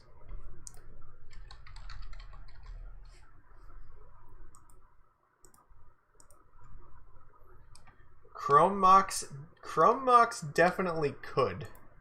It's definitely a possibility. I don't know if it will, but it's a good that you're thinking that, because it's not out of the question that could happen. Let's see like what an old Storm list looks like, because Gift Storm is kind of like a relatively new thing.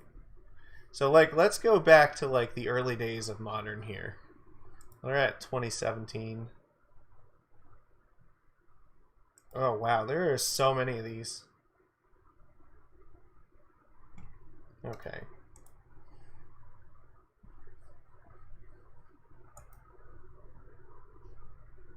We played Desperate. Oh, this is back when they played Pyromancer Ascension.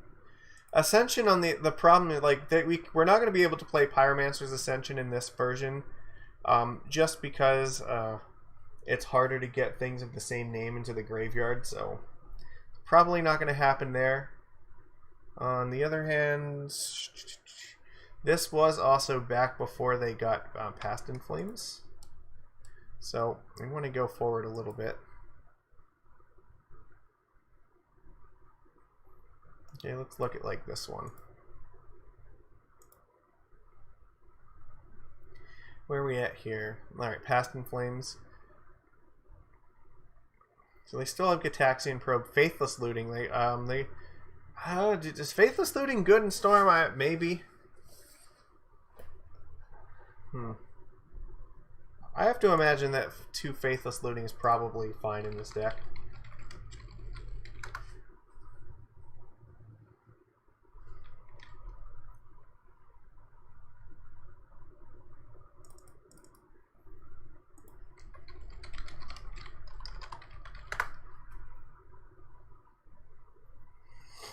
We still need more cantrips. So Sleight of Hands, we definitely want those. Serum Visions.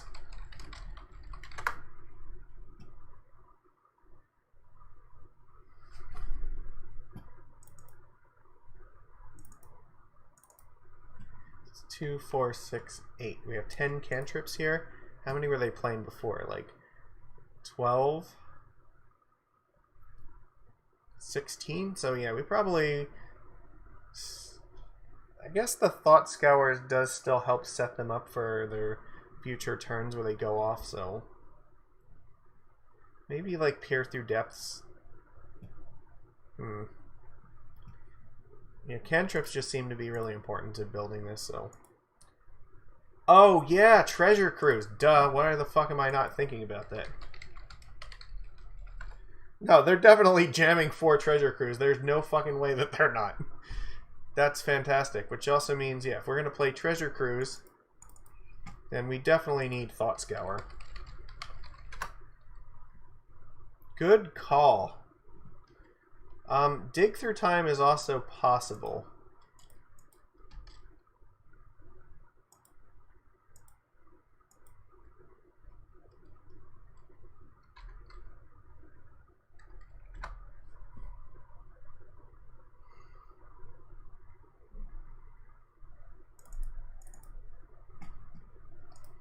They're, I think, a 20 land deck, right?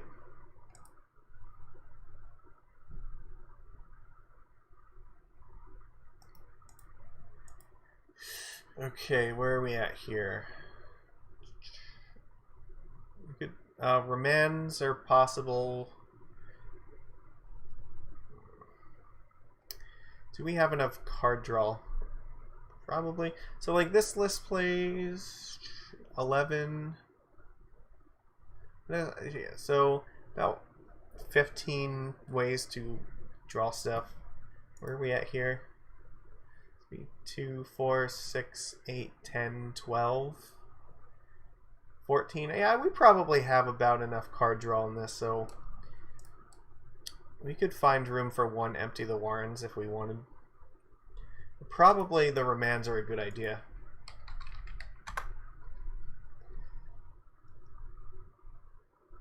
Because the remand is one of the ways you win with Grape Shot, so...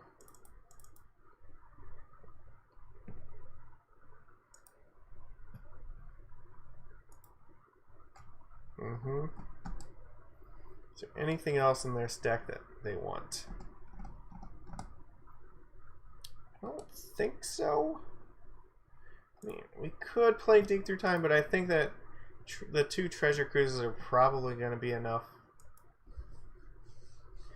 Dig is a little bit harder too, because we don't have the Manamorphose to filter into double blue with it as much, so it's going to be a little bit more difficult for them to like maintain blue mana. They're going to have to be very careful about how they do that. So I guess probably Empty the Warrens, and then an Echoing Truth, because that's like a main deck way for them to win through like something like Leyline of Sanctity.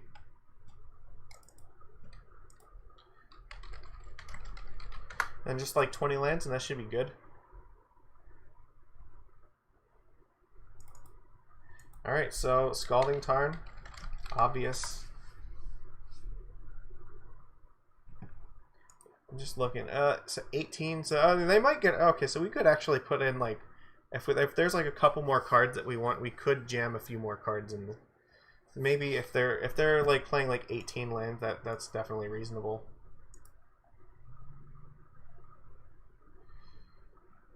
So we probably want to play a lot of fetches in this deck. And yeah, we're going to want to play fetches to like power up the treasure cruise. Just trying to, is there anything else did we miss? I think we got just about everything that's important. Peered Through Depths, like we could play 2 of those. Yeah. I guess that's... They still have their 18 land then. Peer is fine. That means Peer might be more important actually in Double Modern because it gives them the ability to filter through larger parts of their deck. So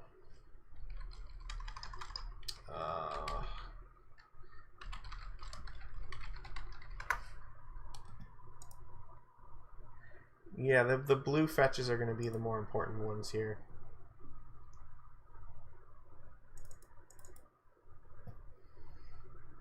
Did we get Scalding Tarn? I don't think we actually did.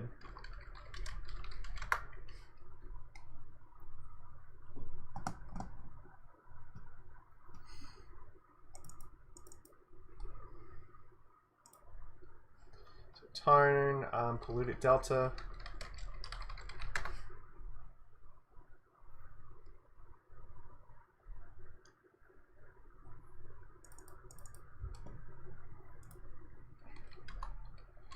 Flooded Strand.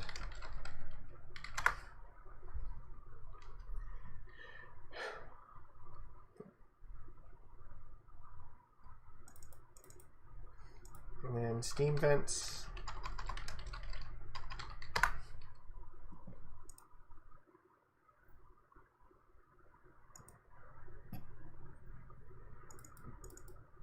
Actually, here we'll use the fancy ones. Then Fiery Islet.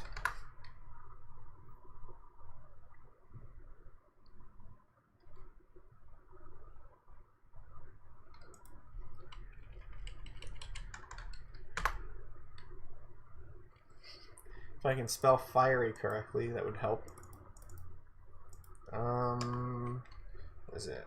Spire Bluff.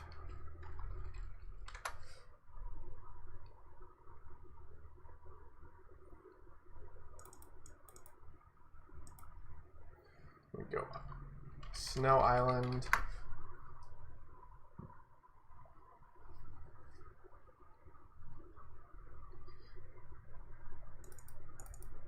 So 3 Snow Islands and 1 Snow Mountain.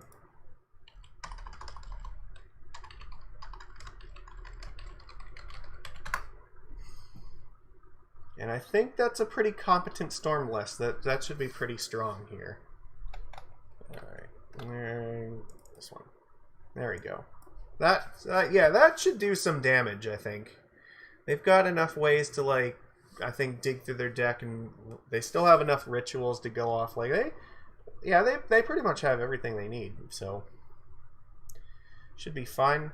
The only other card I saw that, like, some of the list played that we don't have in here is Desperate Raving, so, like, it's possible we could find room for that. Maybe, like, the old versions didn't play Gifts Ungiven, but I think Gifts is going to be more important in this list. You can't play the old version that has Pyromancer's Ascension because we only have 2 of, so getting 2 cards in the graveyard that match is going to be a lot harder. So, sideboard. Blood Moon is really good, so, yeah. I'm sure they'd want to at least have the 2.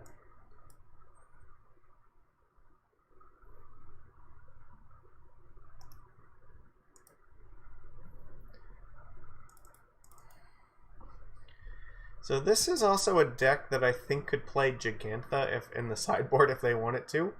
So it technically fulfills the restriction. I just don't think that Gigantha is going to do anything particularly great for their deck. Like, probably not winning unless it's like, yeah, like things would have to go very, very south for them to be casting that. Oops, not Lightning Bolt. Lightning Bolt. So the bolt is how they deal with stuff like Thalia. Oh, Lightning Bolt. That's not correct. There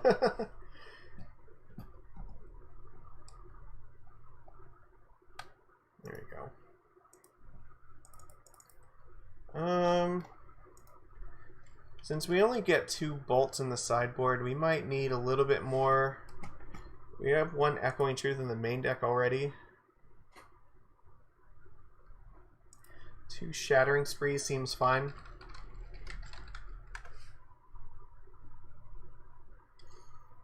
So, but we probably want at least 1 other piece of removal for the sideboard.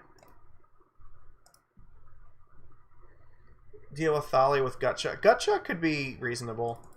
I think the reason they lean on Bolt more is also like Scavenging Ooze. Like, you probably want something that can kill Ooze. So my guess would be that something like Flame Lash, is that the one that I'm thinking of? No, not Flame Lash. Help me out. What's the 1 mana for the 1 mana deal 4 damage to a creature? Flame something. Alright, well, we'll find it in a second here. Flame Slash, okay. So I think that maybe something like this might be more appropriate. And since they were playing like 4 bolts in the sideboard, maybe 2 bolts and 2 of this. Because these kill Thalias, but these also kill, yeah, they kill like Scavenging Ooze, which can be a problem. Other sideboard cards. Pieces of the Puzzle. When graveyard, well, yeah, when it's hard to like get things into the graveyard, Pieces fills up your graveyard and digs through your deck pretty deep too. So they normally are playing some number of this card anyway. We do have 1 empty in the main deck already. I mean, we could play another in the sideboard. Let's take another look at like what might be out there.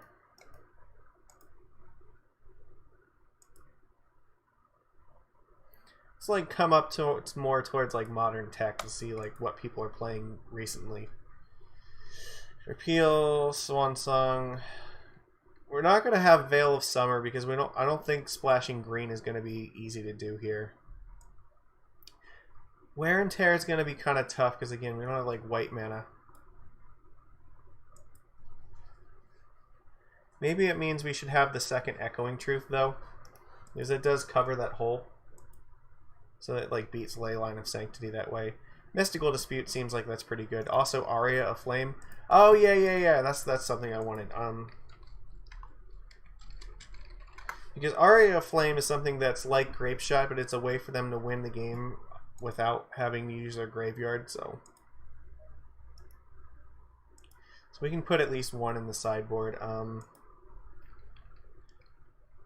think 1 Abrade. You know what? Maybe a Braid actually is the card that replaces Flame Slash X. So we'll add those to the sideboard, and we can take out the Flame Lash or Flame Slash. Okay, that makes sense. The Mystical Disputes, I agree. Mystical Dispute probably is necessary.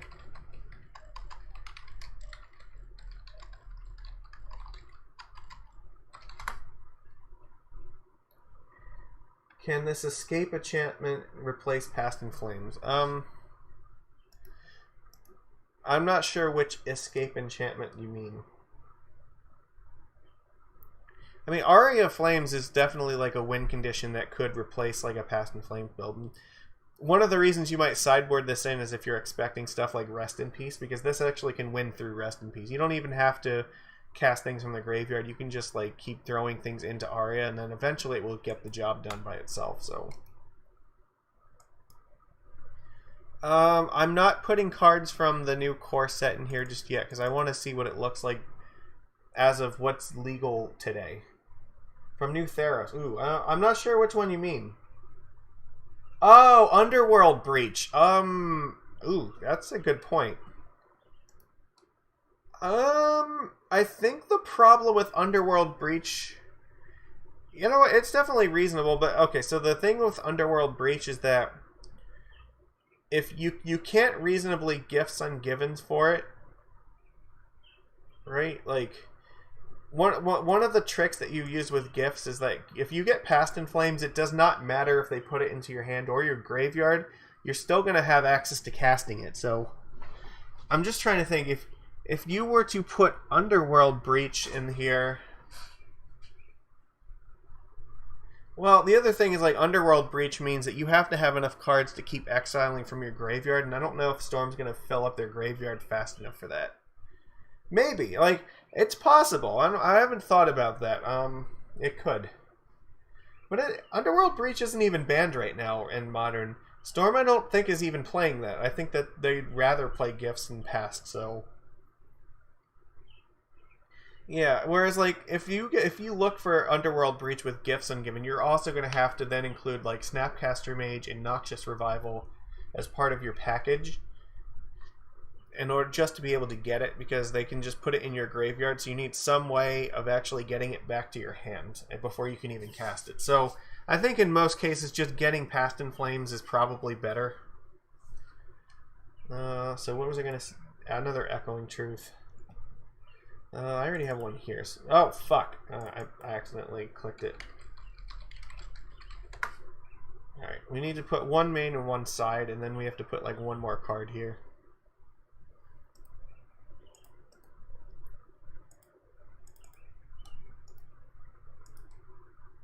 So one more card that goes in the sideboard, like could put another Empty the Wall. Like I don't know if we need to put another Empty though.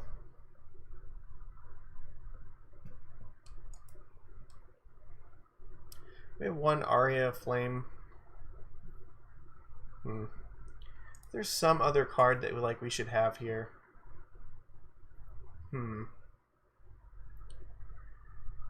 I have a hard time thinking about what else we'd want. Yeah, that's also true, because Treasure Cruise is going to eat your graveyard up a little bit by itself, so you do not want to go too hard on it if you can avoid that.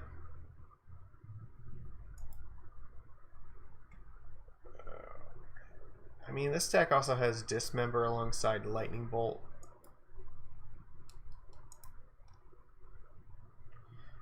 This one has a different sideboard plan. Wipe Away, Wipe Away's fine.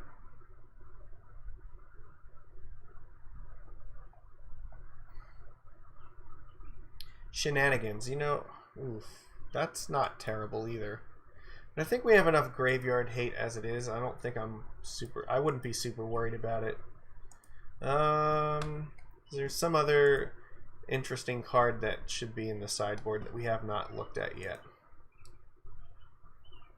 Weather the Storm, that's a green card. Maybe like Anger of the Gods, that could be reasonable. You know what, we'll put one of those in the sideboard. Or I'm trying to... Is there anything else that, like, really would help them? I don't know. It's... In what deck was Hypergenesis played so that it was banned? Hypergenesis was played in the Hypergenesis deck. The deck was built around that card. So, you know what? That's another one we could look at. Hypergenesis is definitely a thing that could exist here. It's a little bit harder because there's not a lot of ways to like guaranteed cast in turn one. Basically, you're just trying to like cast Hypergenesis by cheating it out somehow, and then you're just going to unload your hand full of like ridiculous giant Eldrazi's.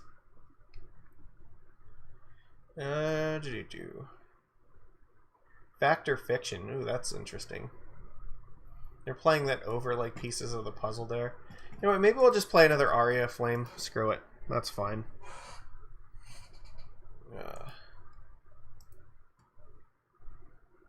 Damn it. I'm going to have to search for it again. Yeah, like, I think that's fine. And they could, like, side out 2 Past in Flames for, like, 2 Arias of Aria Flames, so... There we go. So, like, this is probably what, like, Storm looks like. I think this is a really competent Storm list. I don't think there's anything wrong with it. Cascading into Hypergenesis. Yeah, basically. Hypergenesis, yeah, that's... If I remember correctly, yeah, their whole plan was they wanted to find a way to, for 0 mana, cascade into like Hypergenesis so they could then just put like, you know, 30 CMC worth of creatures into play in 1 turn. Put a bunch of like Eldrazi Titans in. Like turn 1, like Emrakul, Kozilek, Ulamog is going to be very hard for most decks to beat. So I did promise we would look at like Splinter Twin next though, so we're going to do that.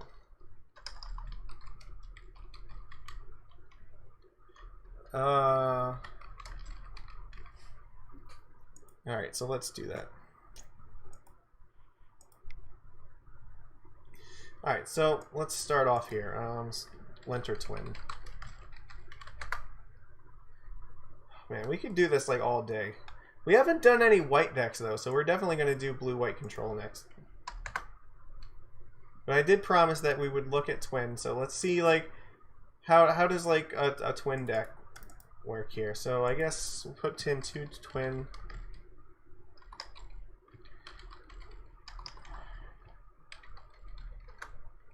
Two Twins and 2 Kiki Jikis. I guess that's about as good as they're gonna get. And then we want Deceiver, Exarch.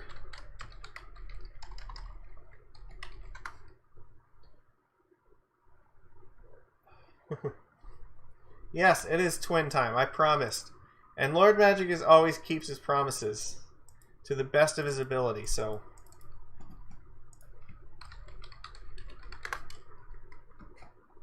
You remember when you watched the Gauntlet of Greatness, where there were no banned cards? Yeah. So, Mox Boarding House, I think it's up in Portland. They run no ban list modern tournaments from time to time, and I think even Star City's been doing it too. So you get to see like kind of what this looks like, except we're doing this with a 2x modern, not like a 4x one. So the only other thing that we might want to consider here is if we splash another color, we can give this deck, excuse me, we can give it at least 1 extra piece to it. Yeah, we can build miracles. I think that's fine. So I guess the question is, what do we want? If we play white, we get Village Bell Ringer, which is basically another Deceiver Exarch. There's a blue-green one that does it as well, so we could also go the green route. I'm thinking that maybe the white version... Yeah, well, let's play... I think we're going to play the white version, because we want to see what this deck looks like with Teferi. Oh god, I can't believe those words just came out of my mouth. I am so sorry. Lord, forgive me for what I am about to do, or... I don't know. Lord of Atlantis, please forgive me. That's the Lord that I'm praying to. Yeah, right. So Village Bell Ringer is the other one that's going to combo with these. And we'll just do it like this. Like, we're not going to go super heavy in this. We're going to play... Oh, God. I can't believe I'm doing this.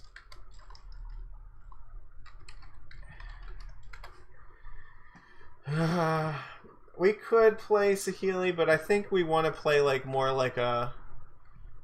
We want to play more like a control-y kind of list. Teferi is going to be helpful here because it just turns off interaction for this, but it also lets us play like a Jeskai burn or Jeskai control.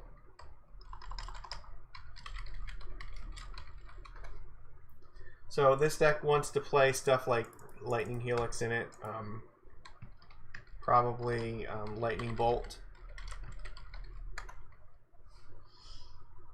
Yeah, well, this is one of the things that people were worried about. Like, they were always concerned, like, would Teferi make this deck too unfair? So, you know what? I think it's a fair question to ask. So we should... Let's see what the deck looks like this way. Electrolyze, that one's really good. Yeah, I think, no, Helix definitely goes in this list.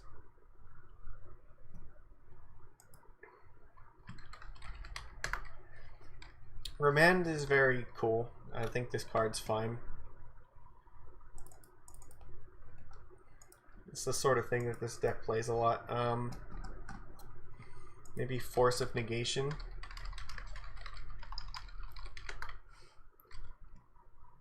Yeah, well, no, Snapcaster's going in. I think we play 2 forces in this deck. Snapcaster. So we really do want it to be like a kind of value deck. Fuck, even like Spell Queller could be alright by itself. So, I mean, Spell Queller is like another threat you can deploy at instant speed. Its interaction is like hard for them to deal with. And it has flying, so like it's another kind of like Pestermite. It's a good way to push through damage. Alright, what other like control cards do we put in here? So... What is 2X Modern? Well, Carlos, I'm glad you asked. 2X Modern is an idea that Nikachu had during one of his coffee streams where it's like regular Modern, except you're limited to only playing 2 copies of a card in your deck. And the ban list that we decided to go with is Eye of Ugin. That is the only card that is banned just starting off. So, Vendilion Clique. I like this. See, we're basically just making like a Jeskai Flash deck that just happens to threaten to combo with like Kiki Jiki at any given point. Like, yeah, it's brutal. Yeah, we got to get the blue gang in here. So Ponder and Preordain. So we're trying to see if we can like, or how broken like some of these cards would be in 2X Modern. So let's get our cantrip gang going. Definitely Gitaxian Probe. Gotta see if the coast is clear. Gitaxian Probe can just let you know, okay, go for it. And like, the thing about 2X Modern is like, some of these cards, maybe they're not that broken if you only get to play 2 copies of them. So that's the idea behind it. It also reduces the cost of the format by a lot because you only need 2 copies of any given card instead of 4. So the cost of cards is more evenly distributed. Alright, so we're at 34 cards here. What else do we want to put in this list? We have Helix here. Is there anything... Helix and Bolt. I feel like I want another Burn Spell. We have Electrolyze too. There's got to be like another spell like that should go into this. I guess maybe like 2 Path to Exiles is fine. Like they can kind of play the control route a little bit.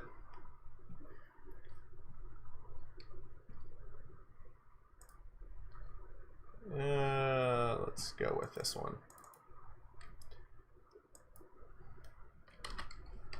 Play like Cryptic Command. Just like, I don't know, 2 Cryptics seem like they're okay. I don't know, some deck like this seem like it's fine. I don't know, like Magmatic Sinkhole, like maybe. That could be a sideboard card. I'm just trying to look, like, what's going to be very difficult for this, for like people to beat here. So you just play like 22 lands with this. I think that's perfectly reasonable. So kind of a bunch of cantrips to like dig for stuff. And then potential of like Cryptic Command with Mystical Sanctuary. That's a way to like kind of slow things down. Yeah, I think this is fine. So let's get our Scalding Tarn.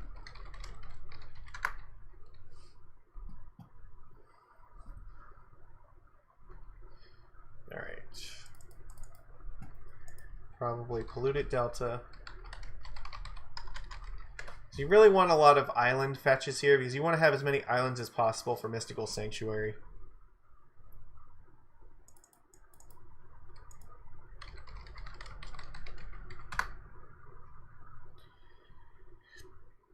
I don't know, maybe it'll be too hard to like play enough.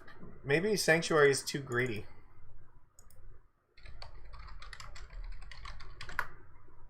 I guess we're gonna find out. Because we have to have, like, we're splashing for white too, so we can't like go super hard on it. No, I don't want this. I want this one. So I can more easily tell.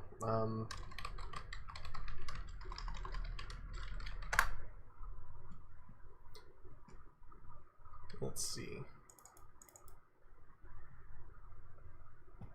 So that's 2, 4, 6, 8, 10. What else do we want to do here? Probably like 1 Sacred Foundry.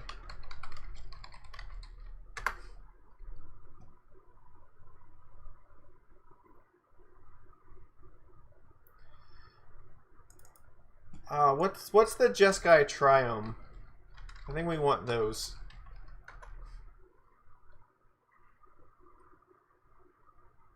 I think it's totally like turn 2, like that seems like that's fine. Plain Swamp Forest, nope, not that one. Nope. Island Mountain Plains, this one seems what we want. You can put like 2 of these in this deck. Because these are also islands, so we can go like I want to try to fit in at least 1 Mystic Sanctuary.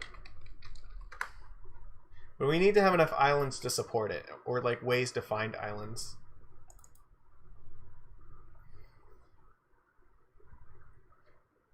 So it'll be 2, 4, 6, 8, 10, 12, 13, like 14 islands. Like, I guess it's probably fine. Actually, yeah, that's also true. We need to like make the rest of these red sources if we can help it.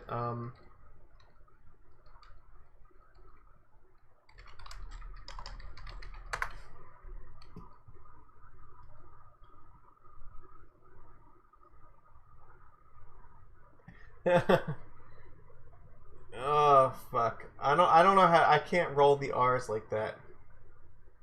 Raugen or Raugrin. I tried. All right.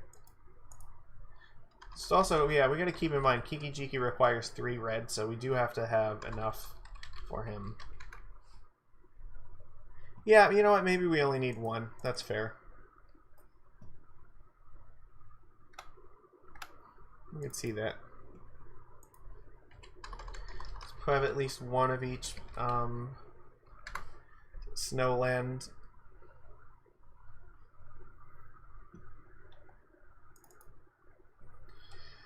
So, where does that leave us? Probably. So blue and red tend to be the most important. So let's get our Spire Bluff.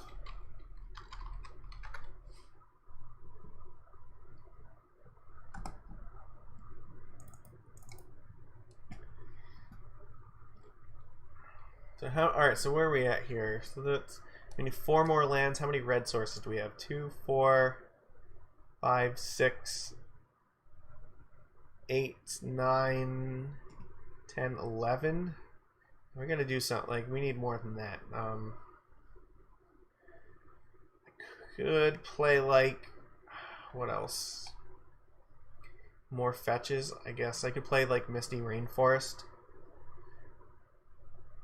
Misty can... Well, the only thing is Misty can't find the Sacred Foundry, but Misty could find Hollowed Fountain or Steam Vents. And I think Basic Island is probably really important, actually.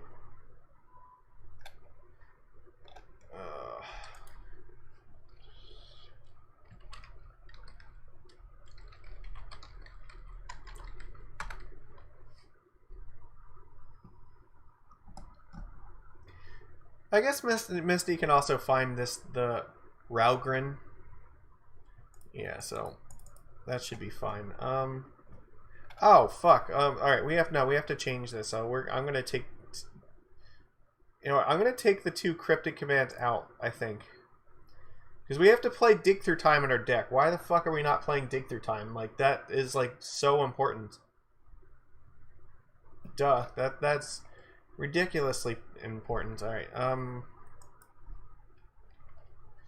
Yeah, the fetches are also. Yeah, I knew I needed the fetches for that. So so Snow Island. I want to have at least 2 basic Snow Islands here.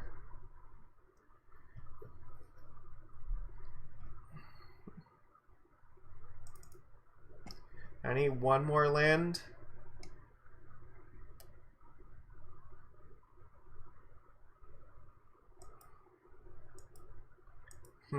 What should the last land be?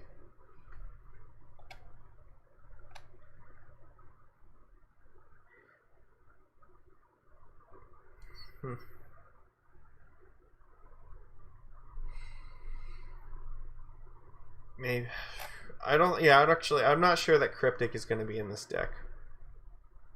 Now we got to cut 2 things. Maybe not Queller and Cleek at the same time. Maybe Queller's not that important.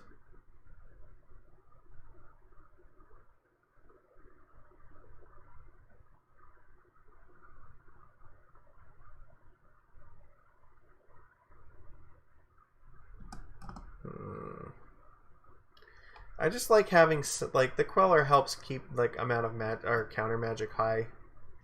We have Force Negation like 2.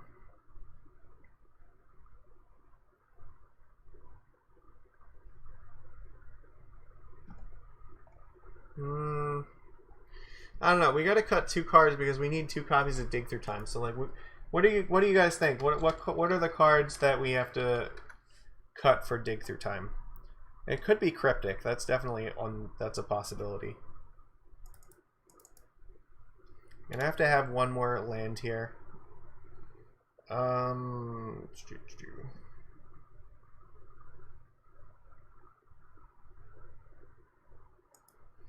Maybe 1 Desolate Lighthouse.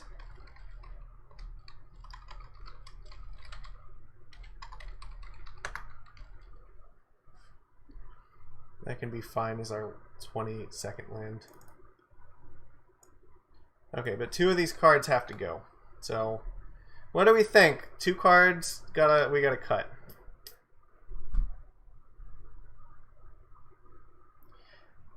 Maybe Path. Maybe Path goes to the sideboard.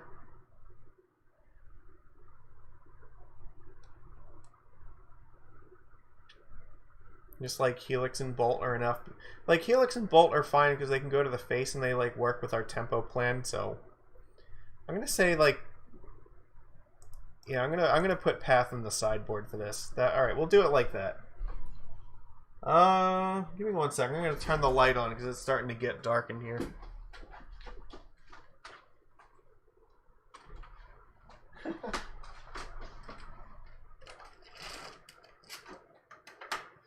Okay. Alright. That's fine. There we go. Now, Dig Through Time is way too powerful in this deck to not play, so... Alright, there we go. So, then let's look at what else what do we want here in the sideboard? Probably, like, Blood Moon is surprisingly good in this deck, I think. I don't know, if you get, like, basic islands, you're fine, so...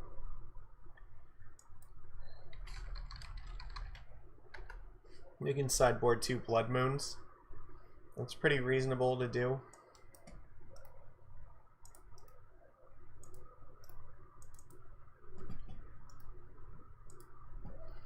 What else? Probably Dispel.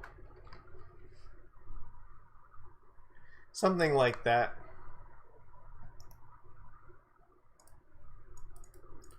Just counter magic like that in general is really strong. We already have 2 bolts, so...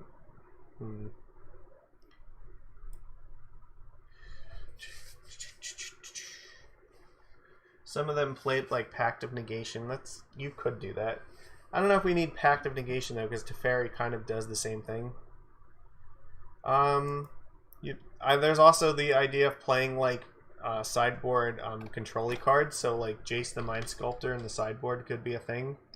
Or there's a few other cards that sometimes they play. I think Jace is probably fine. I think the idea is like you want cards like Jace when you're going to side out the combo, and you just want to have like you want to play a strong tempo game. So having like, you know, strong value cards like this to bring in against a deck like Jund is just very good. Along those lines, maybe something like Celestial Purge. Or actually Wear and Tear. No, that seems reasonable.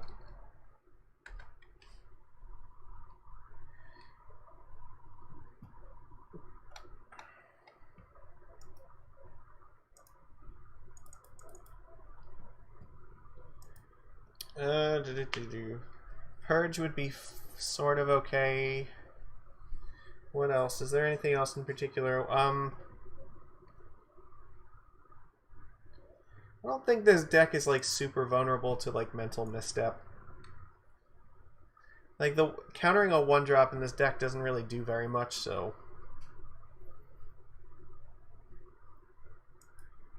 it could be a Chrome Mox deck, but I don't know. Like I think that they're better off just playing like the controlling plan.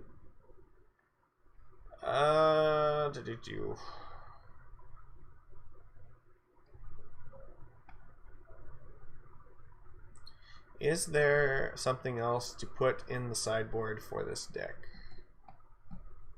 That's gonna matter a lot.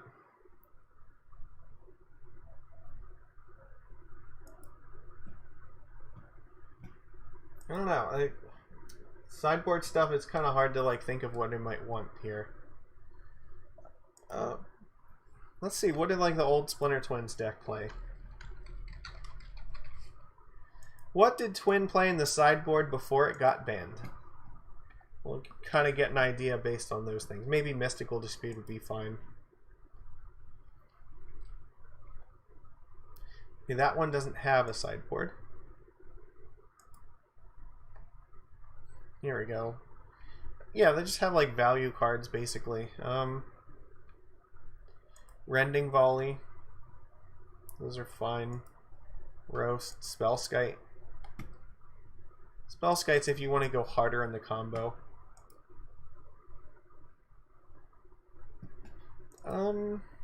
Actually, maybe not Dispel, but maybe Swan Song is actually the one that they want.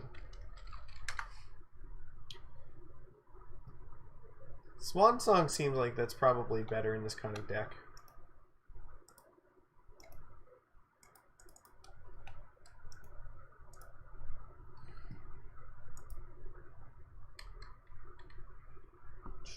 What else? I mean, Roast is fine if they're playing like a fair game, so probably good against Jund.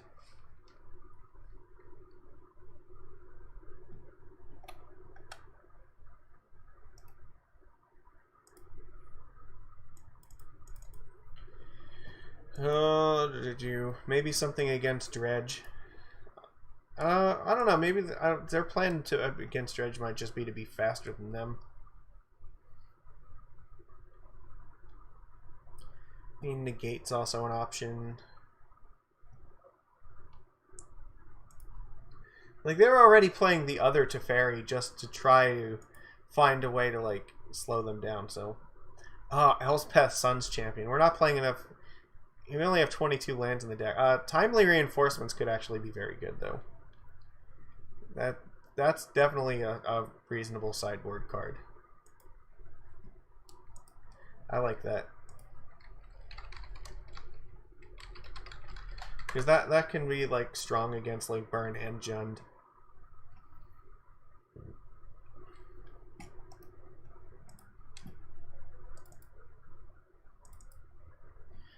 And I don't know, maybe just like one negate or something.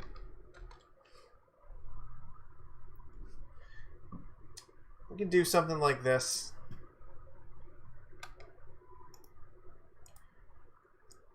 Alright, this is my idea of like maybe what Splinter Twin looks like. I think that's fine. It looks like it'll do some damage. So you just play it kind of like a Jeskai flash list. Just tempo them out. You have like Snapcaster, Pestermite, Vendilion Cleek, Spell Queller. Get in some beats with it. With the ever-present threat of just like, you know, flashing in like one of these dummies and then just comboing on your turn. So Teferi is also super dangerous. They have to deal with this. And you can protect it with stuff like Remand and Spell Queller and Cryptic Command. And you have Dig Through Time to, like, you know, dig through your deck to find your combo. So I think that's perfectly good. Alright, let's do Miracles next.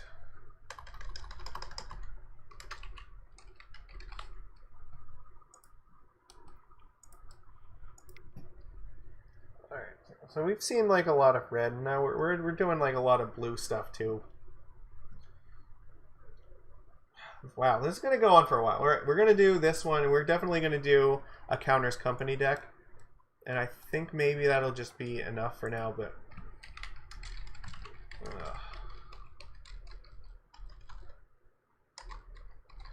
So at least, you know, 2 more decks I think is our plan here. And then, so that should give us some idea of... We'll have stuff in like every color. Maybe there'll be... I don't have a good idea for what an artifact shell looks like right now, so... I don't know how I would build one just yet. I'd have to think about that. Artifacts are a little bit trickier. But definitely still doable. So let's see. We have 2 Jace, Sensei's Divining Top.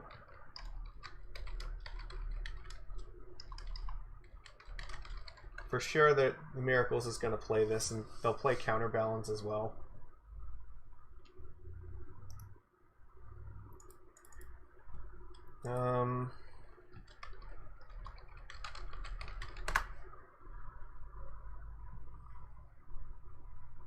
Just really good with Jace and the top, so Ponder.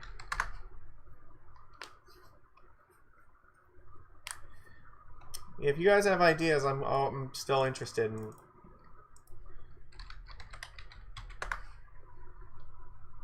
So that, yeah, I'm gonna see what Miracles will probably look like in this format, just like what a straight blue-white control deck is. So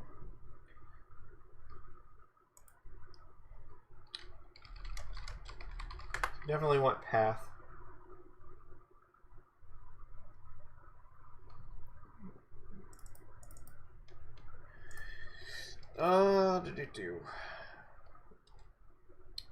Probably what they well, Terminus they obviously need.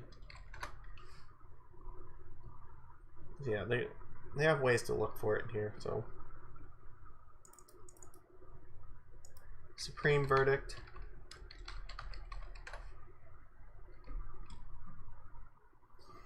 Another very strong card for this deck.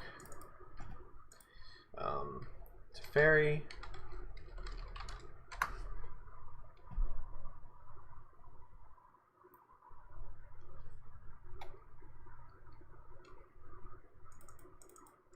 Probably Narset.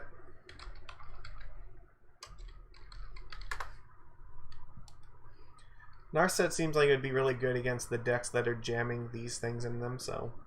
And this deck can pretty easily run it itself. Entreat the Angels.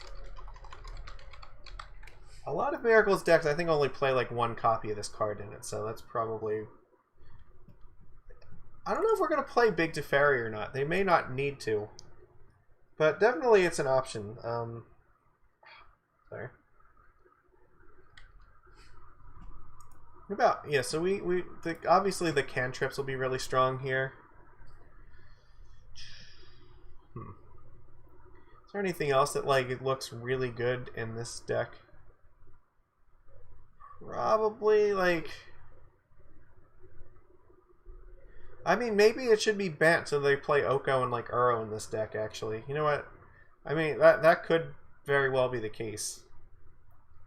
Like it might just, we might want to make it just like Legacy. So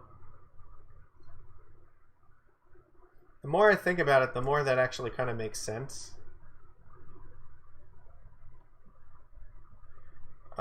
The only other question then is, do we play it like Urion or do we play it without it? I think we want to play it without it. Urion is a much bigger cost when you only get to play 2 ofs and not 4 ofs, so I think this could be an Oko deck. Get the whole gang going on here. And it's probably, that means it's also an Uro deck.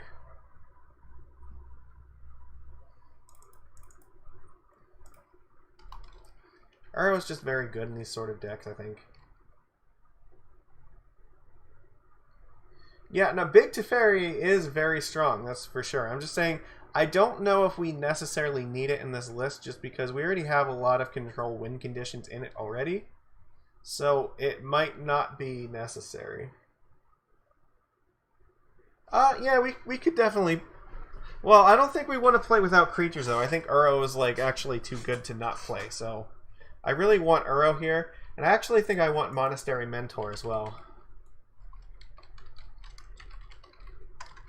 Mentor is like a way that like they win the games like with these sort of decks as well. Just jamming like infinite cantrips. And also Sensei's Divining Top creates like loops where you can just make like millions of tokens with this every turn. It gets insane.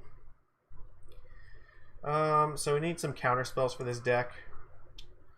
So what counter spells do they play here? Probably like Logic Knots, right? They also probably want some number of like dig through time, so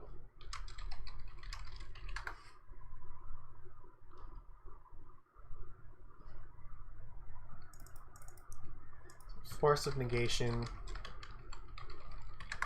seems like it's really important against like something like Splinter Twin, right?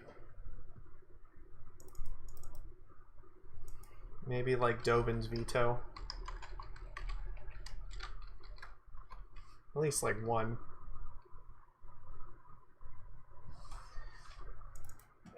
Yeah, Mental Misstep seems like that would be good in this deck.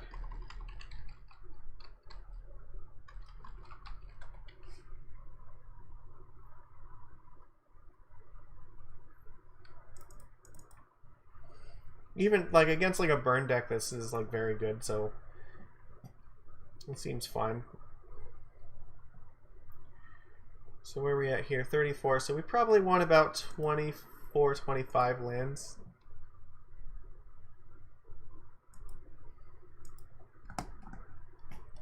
Let's look at like what Bant control looks like. Oh, well, they're playing Urion. I want to see one without Urion in it, so yeah, about 24 lands looks like. And Snapcaster Mage, obviously we need those, so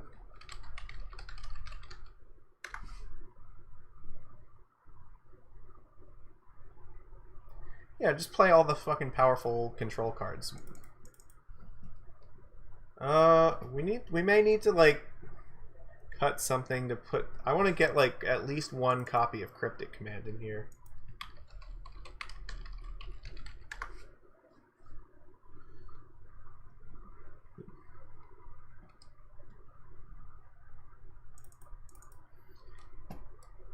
I could move one of these verdicts to the board.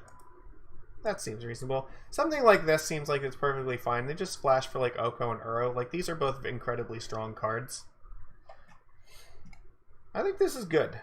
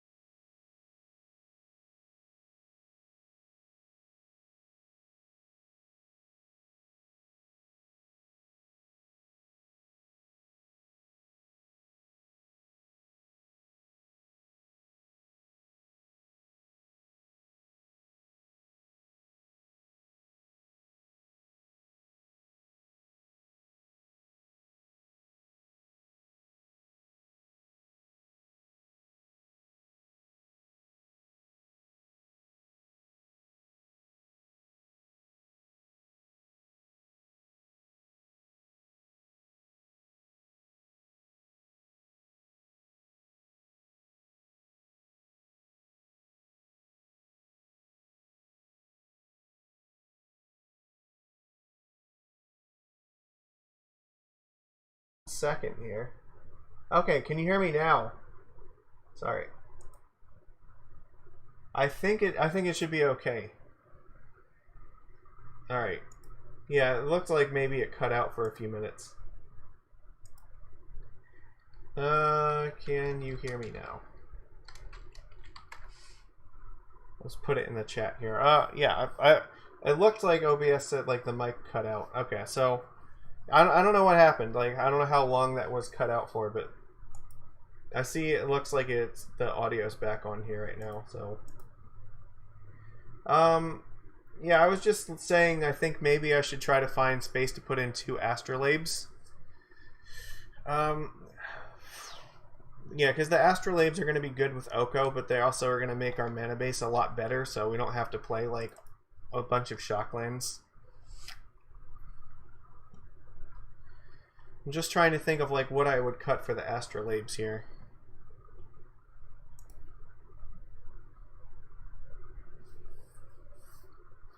Yeah, maybe I just don't. It doesn't look like they have Narsets in here, so maybe maybe the Narset's the card we cut for astrolabe. Because I really do want astrolabe. It makes the mana base way too good. Plus, it's really good. It curves into Oko.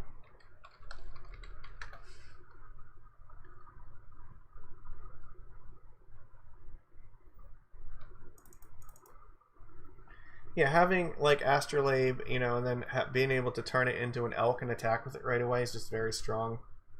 Yeah, and we want to have plenty of snow our basics for it, so this is true. The meta would be different, but I mean, maybe Narset will end up being like actually kind of important in this. I'm trying to kind of predict a future that I don't think anybody could possibly predict right now. So probably Mystic Sanctuary. We want 2 of these. Well, we can't have more than 2, so, but I think we do want both copies.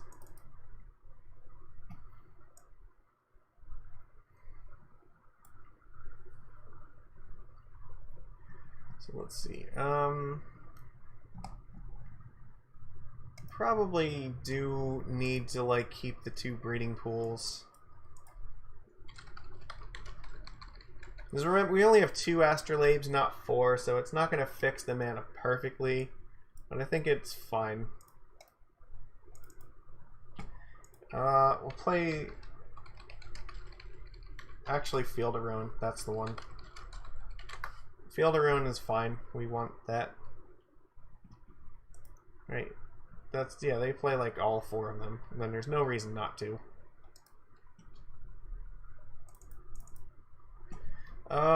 I should play one of the Bant Triomes.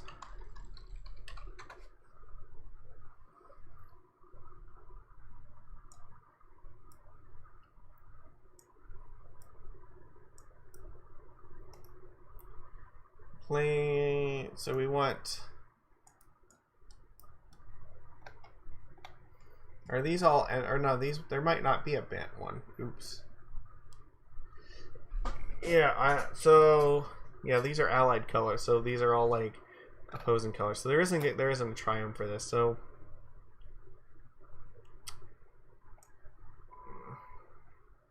So in lieu of that, maybe...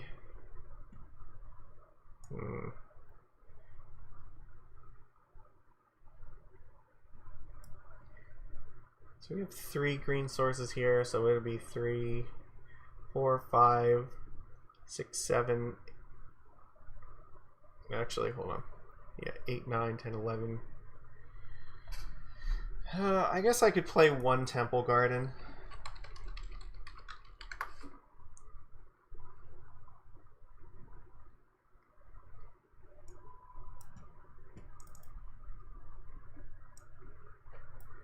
And what else do I want to play here? Like, we have enough basics, probably.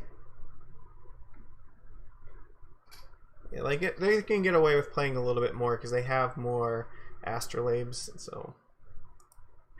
Maybe just, like, I don't know, 2 Celestial Colonnades could be fine. I think that card's still fine. a way to close the game out.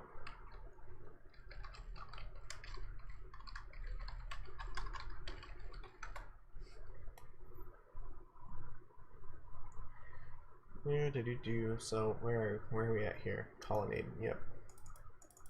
Alright, I think that works. That should be like a competent enough mana base. So green sources, that's 3, 4, 5, 6, 7, 8, 9, 10, 11, and then the Field of Ruins can be like 12, 13, and then Astrolabe might be like extra one, so that's probably okay. It only splashes for 4 cards, so that should be fine to support that. Yeah, I think this looks like a reasonable list. So let's sideboard cards. Definitely like Dovin's Veto. We want that. If that card's not in the main deck, it should definitely be in the sideboard because there's just too many decks where, you know, it's going to be important. We have another Verdict in the sideboard. Settle the Wreckage is another one. It's a very fine card to have in the 75. We put one in the sideboard. Timely Reinforcements.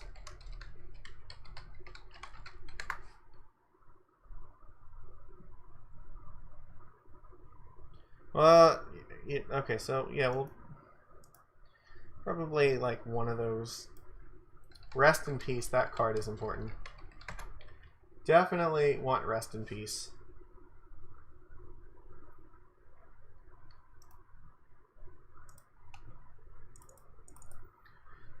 Maybe. Let's see, what else? Like they need to slow down like some of these other decks. I don't think they got enough. They have like good cards versus all of them.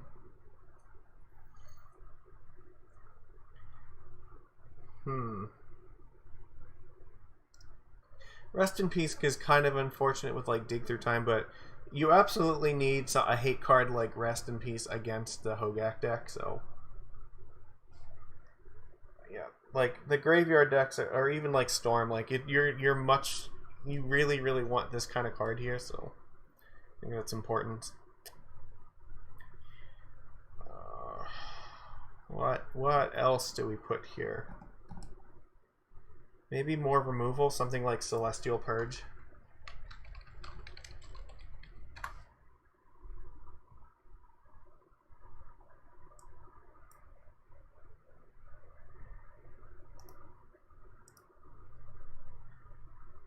Seems relevant.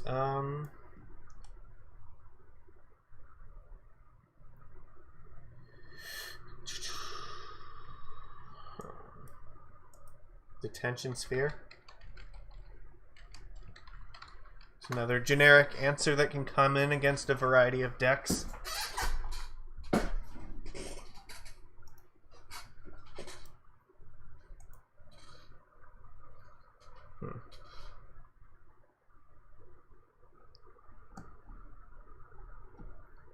Are there any green cards? Oh, probably like Veil of Summer.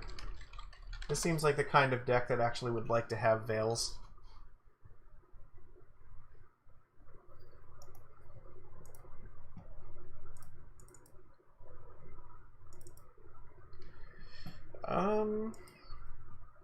Other cards that like Control might want to play. I don't know. Let's think about it. Sometimes they play stuff like Engineered Explosives, but I think that maybe they're okay on removal here. So like, what else do they like really want? Like Hushbringer could be fine. Let's see what kind of stuff are they? So they also have stuff like Dead of Winter because they're splashing black in this, so which makes sense. Yeah, again, Assassin's Trophy makes sense if you're splashing black.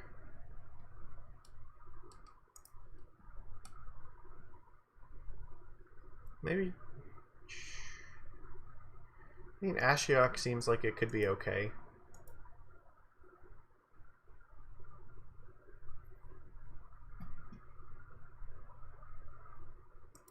Ooh, I like this on thin ice.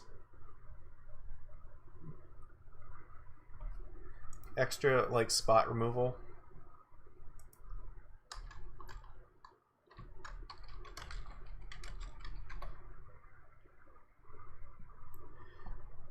Yeah, because again, we have 5, 6, 7, 8, 9, 10, 11, 12, 13 ways at least to get a snowland, maybe 15, so on thin ice is actually a pretty reasonable removal card.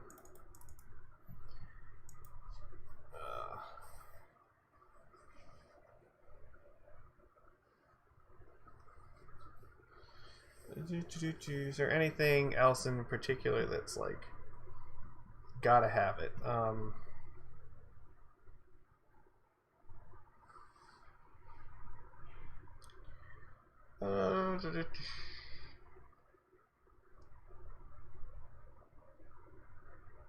Trying to think of what other decks might be a problem that they might want to deal with.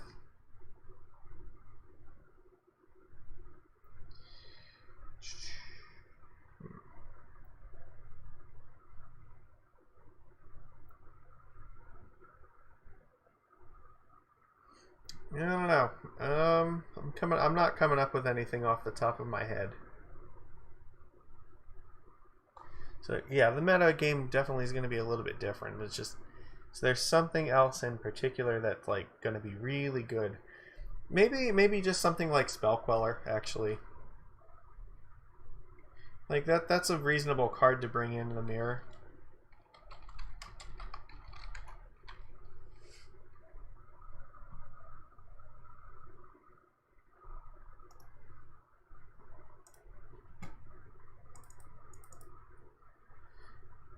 I don't think we need more planeswalkers. I think between Oko and Jace, we got the control game kind of covered. So, all right, this is the miracles list I put together for double modern.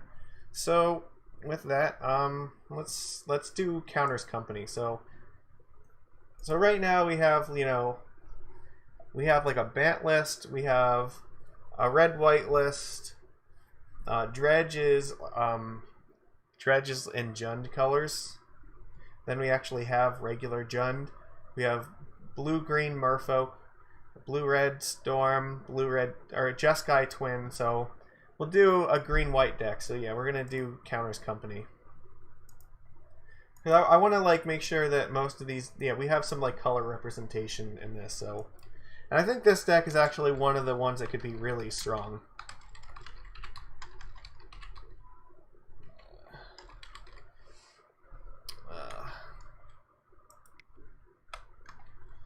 Alright, so first things first, this is definitely going to be a Green Sun Zenith deck. Green Sun Zenith is one of the things that like a lot of people are afraid of. Like, it's a very, very strong toolboxy card, so we're definitely going to play 2 of those. I still want to play Collected Company. Because the way that this deck wins is it just like assembles value creatures until the value creatures incidentally just win you the game. And Eladrimy's Call. Still very strong in these decks. Oh yeah, Birthing Pod can go. Actually, I think we might put Birthing Pod in this deck.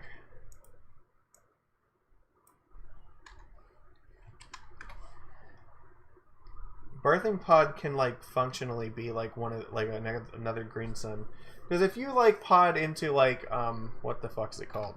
Heliod, that's gonna win you the game.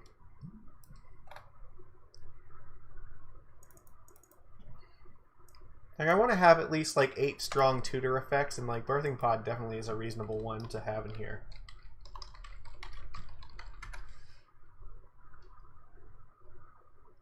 Like the deck can really easily use it, I think. So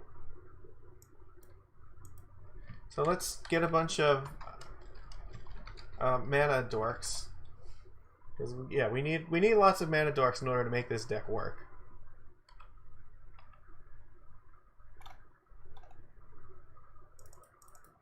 So Birds of Paradise, Gilded Goose.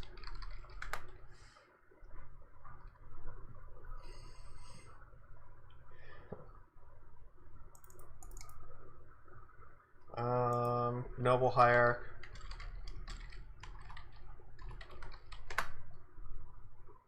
Hey, Nikachu. So, yeah, we're putting together all of these freeform decks right now. So, where's the one that I... Oh, fuck, it put it as a standard deck. I gotta change this deck type. So, yeah, I'm looking at trying to just build a bunch of different double modern decks. So, right now I'm working on looking at what like a Counters Company deck might look like. So here, you can kind of see, we'll go through these really quick. This is kind of what I put together for Merfolk, so I think the Merfolk deck is very close to like what we play. No, Dredge is absolutely busted. No, it is for sure. You can kind of, this is the list. I will post like, I'll post these on Twitter, like as to like my ideas for what these shells might look like.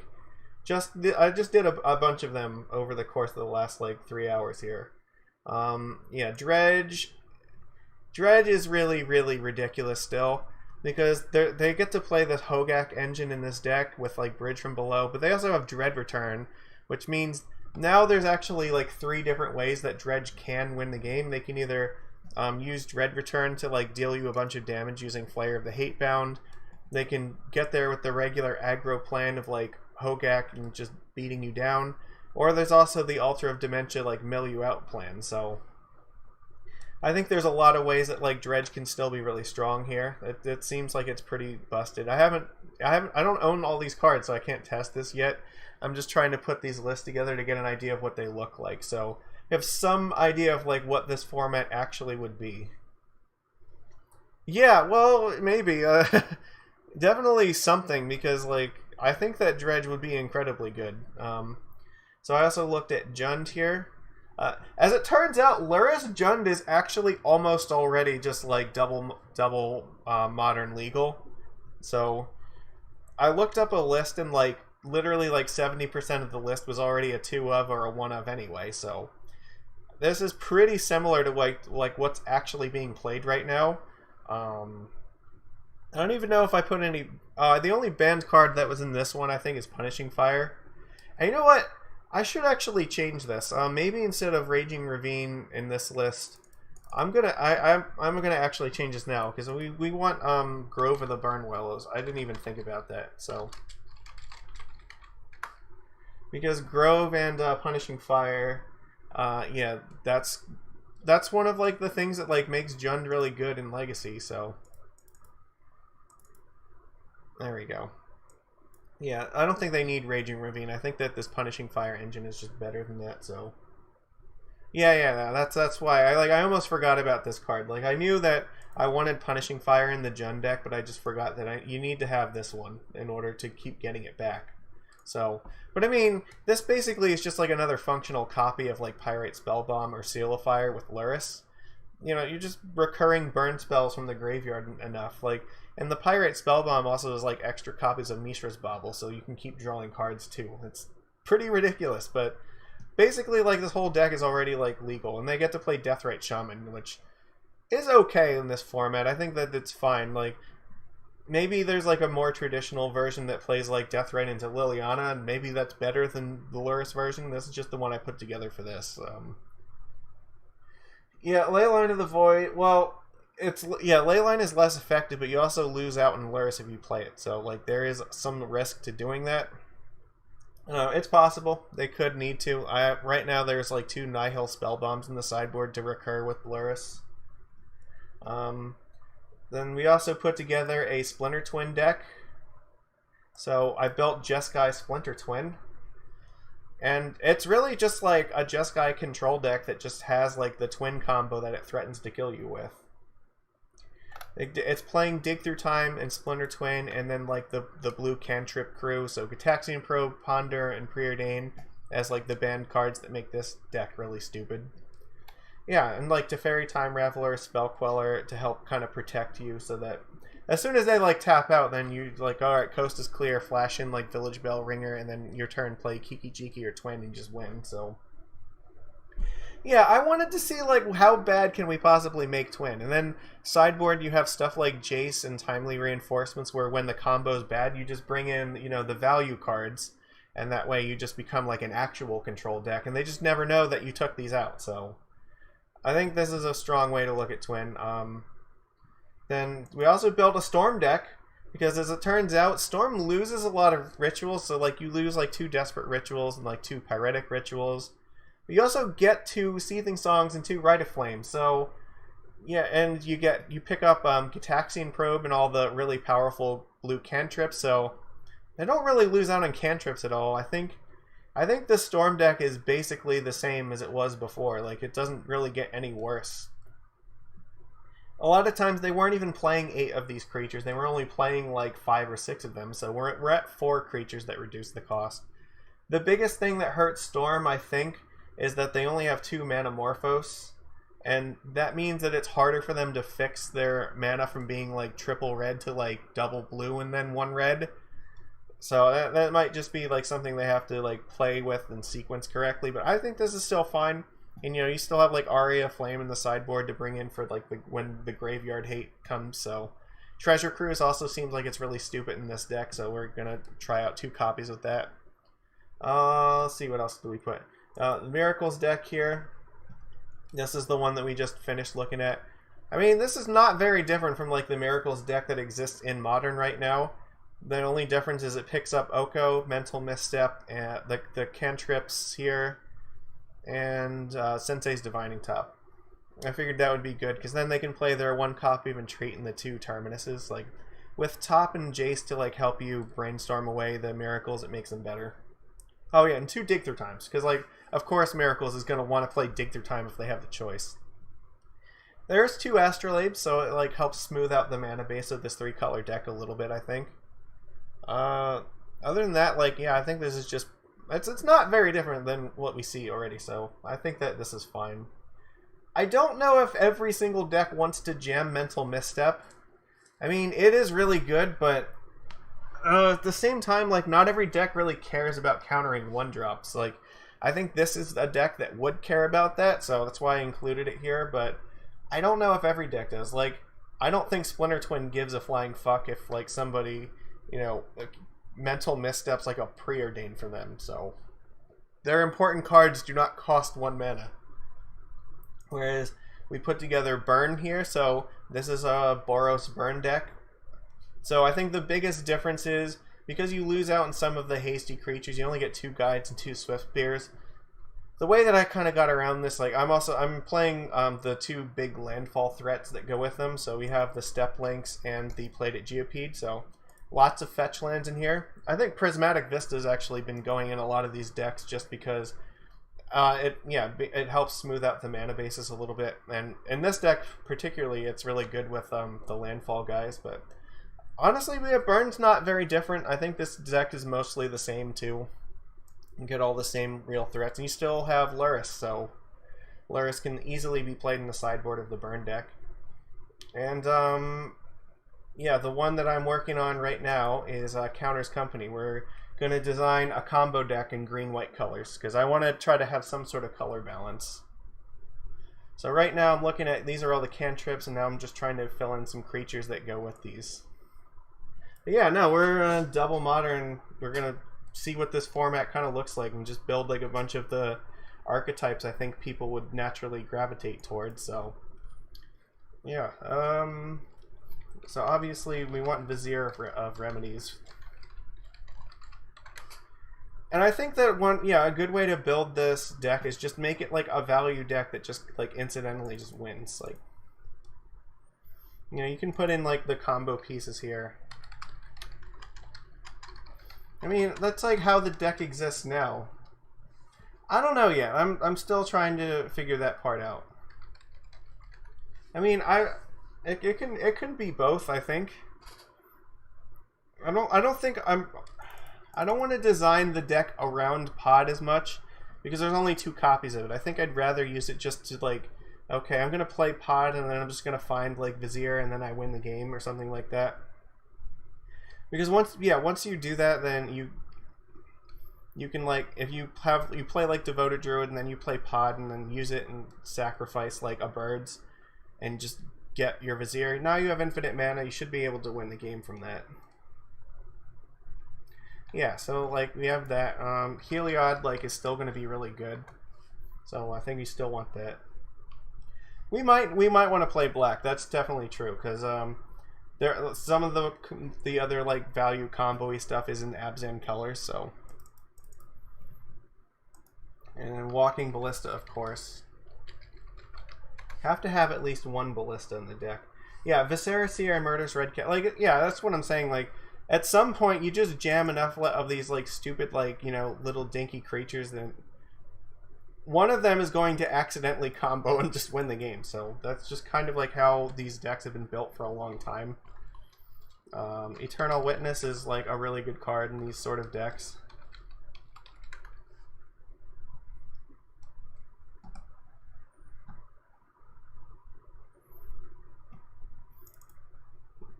I don't know how many copies of Witness we want to play.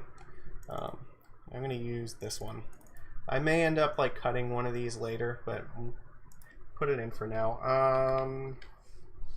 Let's see.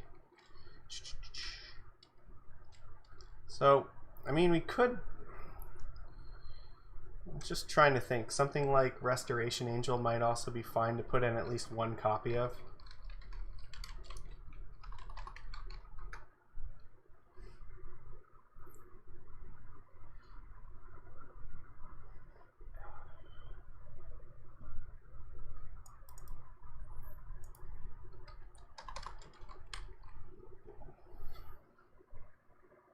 Yeah, and yeah, just it like the value of being able to blink like Eternal Witness is really strong, but I don't know. This might, if we want to add like pod chains in, this is also a card that like works with that too. I don't know if we really care about pod chains as much though. Like,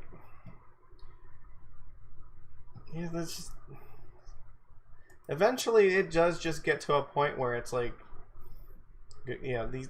Like I said, you'll find like Heliod and have like Ballista and or like Eladrimy's Call in hand and like, okay, that's gonna do it. So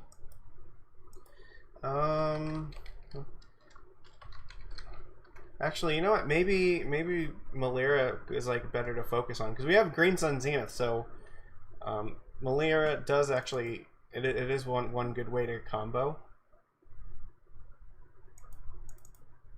And Kitchen Finks is definitely a really good one. Yeah, you know, the more I think about it, the more I probably want to lean into Abzan, so that would probably make sense. Like, I'm open to ideas too, so.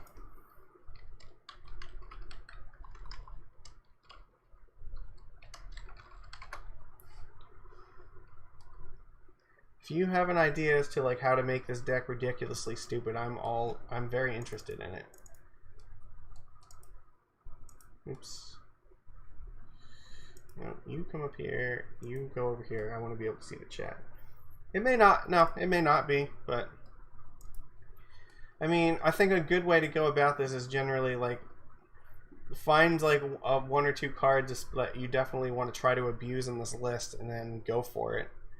Once Upon a Time maybe that's just better than like Pod in this deck. Who knows? Because Once Upon a Time like is in fact really good on its own. So. It could be. I mean, it's also like Deathrite Shaman probably belongs in this deck too. Because Deathrite's another card that helps you ramp into things.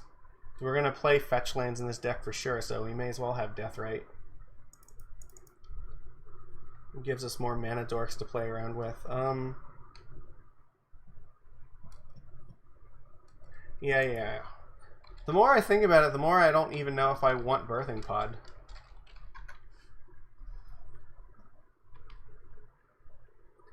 Like, I think keeping Restoration Angel is fine because you can like find it with Eladrimy's Call.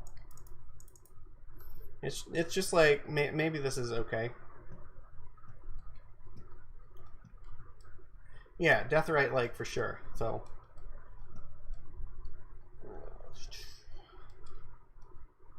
yeah, like I don't actually know that I want Pod. The more like Maybe we don't even need Resto, but I do kind of like at least one of these. Like I said, it's just good value, so. Court of Calling, actually, that would be a good replacement for it.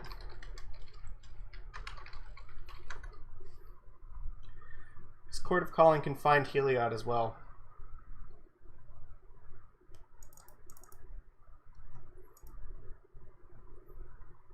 Let's see, what else? Why not Pod? Because I don't really want to have to include like a whole bunch of one-ofs to make Pod like be able to combo by itself. There's a lot of life loss involved in that as well, and I think we just have like generally like better tutors to find stuff. Like we have Eladrimir's Call, there's Collected Company, there's Green Sun Zenith, and there's Court of Calling, which can all like find the combo pieces.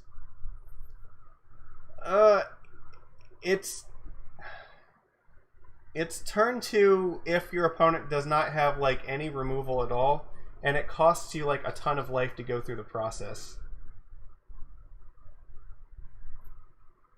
So it's really dangerous, and I don't know, I feel like there's enough redundancy in this that this is still going to be really fast anyway. I don't know, maybe it's correct to play Pod, I don't know. Maybe we put it back in, that could be. I don't want to play too many non-creature spells though. We might go back to that. I'm gonna see like what the rest of this looks like.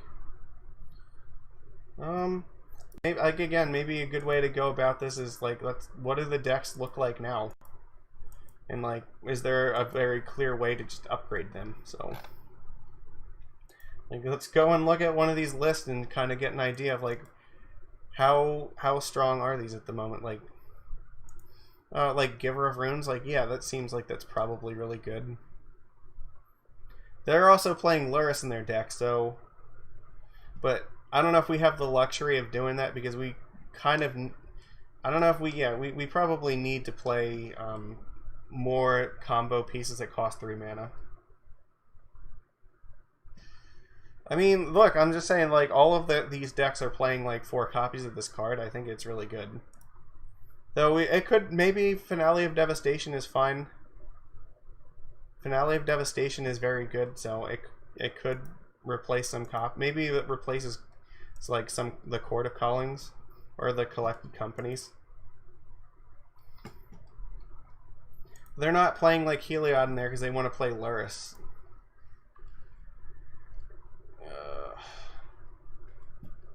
I mean, like these decks seem like they're a lot faster, but they also have 4 copies of both of their combo pieces. We only have 2, so I don't know if we get that same luxury here.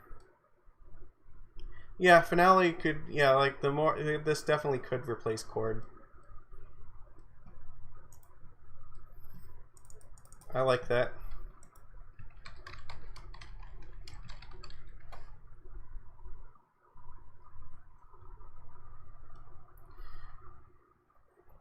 Again, this is why we like check out these lists, because you know the more we look at them, the more we realize, okay, maybe there's a better way to do this.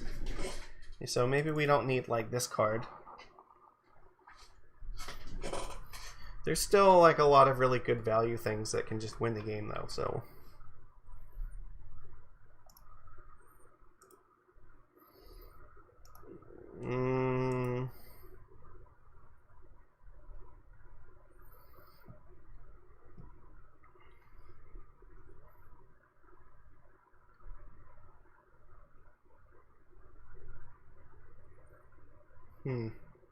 I mean, we could also keep Chord in here. That's possible. The only thing we got to be careful of is if Melira's out, then we can't actually use Devoted Druid's ability. So we really only want to play Melira when we're gonna like combo that way. The other thing though is Eladrimir's Call finds Walking Ballista. If we're gonna keep Heliod and go for that win, then we can't like use any of these tutors to find Ballista. We need to find Eladrimir's Call for it. So that is one reason maybe why we want to keep Call as well. So the problem is like by the time that we're done building this deck, this is like about as much space as it takes up. So if I make them any bigger, like it's hard to actually see the whole deck. I understand what you're saying though, because like there's like twice as many cards in here as there are normally. It's just in general, like the deck by the time we're actually done building it is going to take up like this whole screen because we still have to add the mana base to it as well. So like this is about as big as I can get them, whereas where the deck still fits on the screen. So is there any? I guess this would be another scenario in which we may be searching for like, searching for like one of the Abzan combo decks. Maybe it can give us some ideas, some toolbox things that maybe we'd want to include. Yeah, I don't feel like that actually gave me a result that I wanted. Alright. Oh, I gotta be more specific with it, that's why.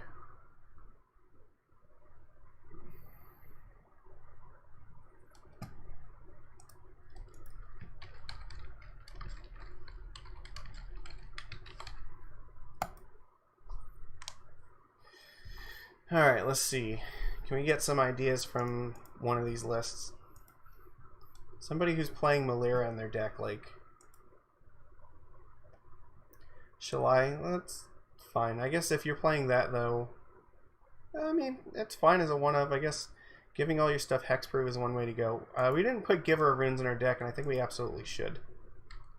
Giver of Runes is really strong.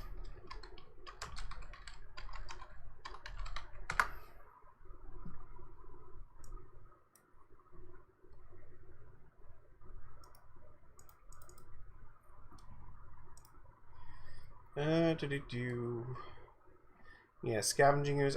That's another really good target. So like, I think one in the main deck is fine.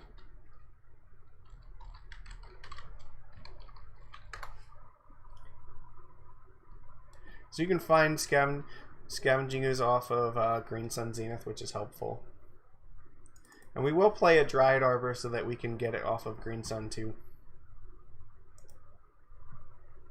Tireless Tracker is another very strong value card.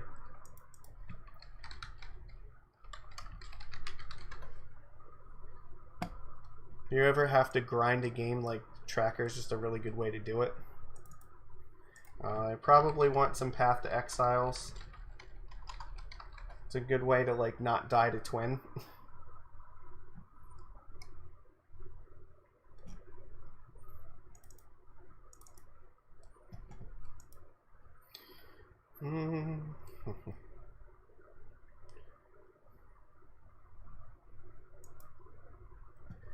Desk Watch, probably one of those.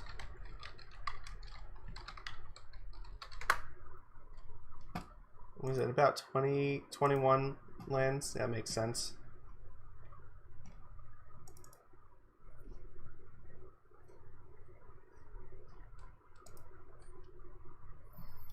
This one plays Walking Ballista, but they don't actually have Heliod in their list. Maybe we don't need two of them, but I definitely want at least one, just because you can still find it off Finale and Collected Company, and then like any time that you have the Ballista in your hand, it will just win you the game. Oops. Nope, come back here. There's the chat. Okay.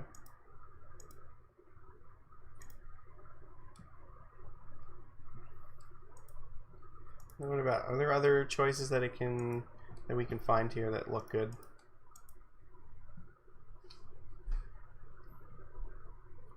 The Murderous Redcap. Okay, yeah, we probably want one of those too.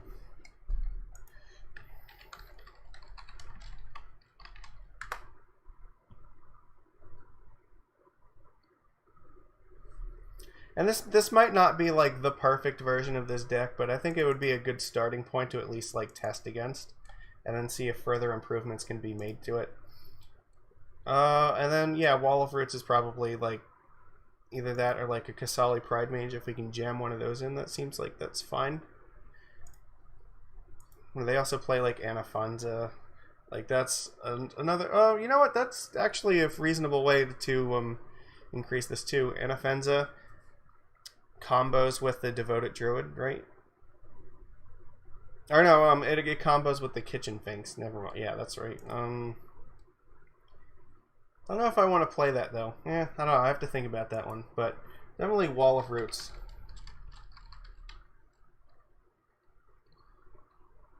Well, do I? So I don't have Court of Calling in my deck. Like, that's usually, yeah, that's the reason they want to play Wall. Lucasali Pride Mage is a good target.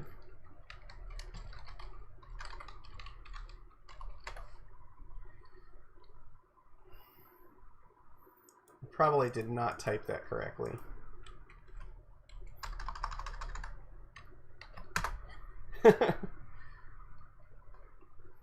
Maybe like one questing beast that could be in the sideboard too. Or a Renegade Rallier. I don't know. Just random. Again, it's like more random value.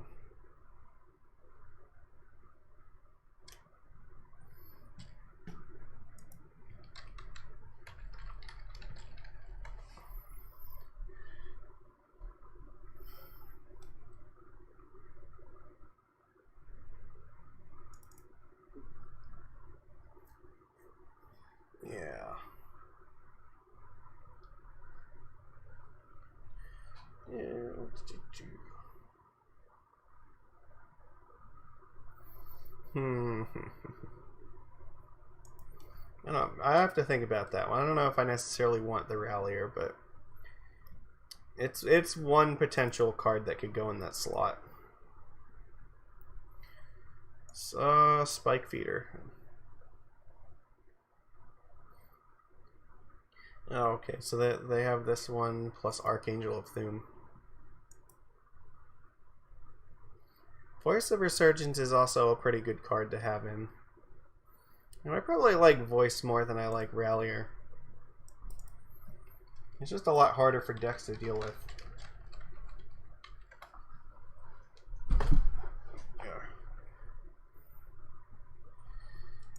It's also probably better in a deck that can reanimate it though, but what is Selfless Spirit is? Oh, you know what? That could also make sense because that gives the main deck ways to like not die to a Wrath. I don't know. See, like there's tons of options here. I think.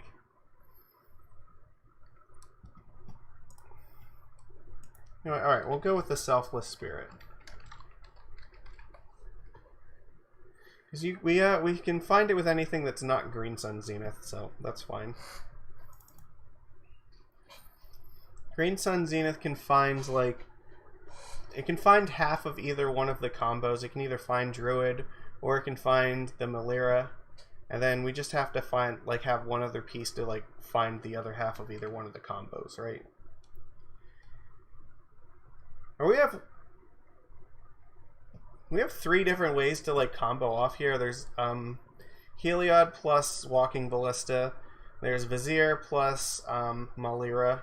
And there's also Kitchen Finks. Or no, I'm sorry. It's Vizier and Devoted Druid. And then there's also Malira, Kitchen Finks, and then Viscera Seer. So yeah, there's actually 3 different combos in this deck. That's actually cool. Yeah, I guess this makes sense. We just do it like this.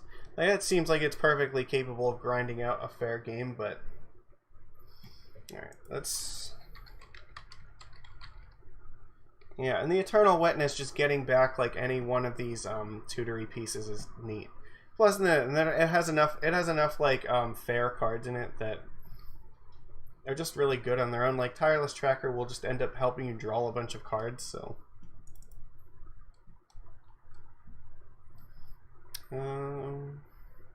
yeah, a Witness can get back anything important that dies.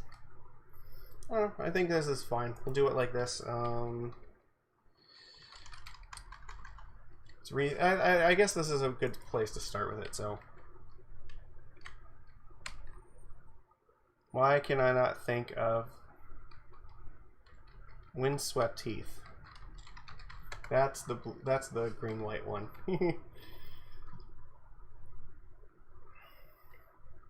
Yeah, we want 2 of these.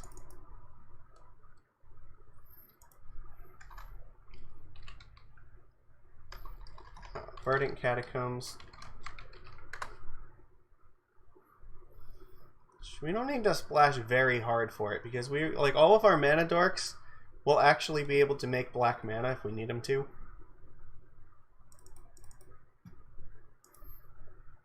And we only have like 2 black cards in the whole deck.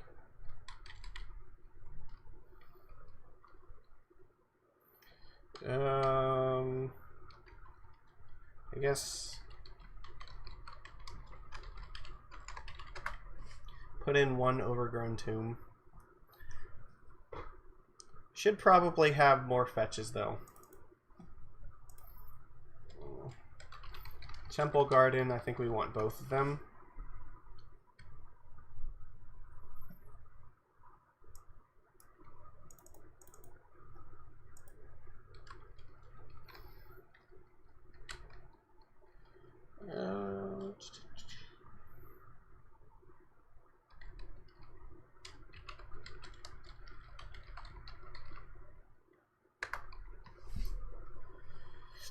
We're going to prioritize green slightly over everything else just because we can get the mana dorks with it. And if we get the mana dorks, then that means we can get everything else. So,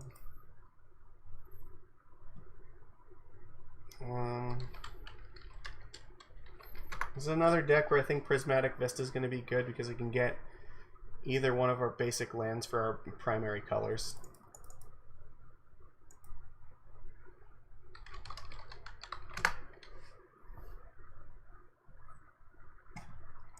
How many like forests are they playing here? 2.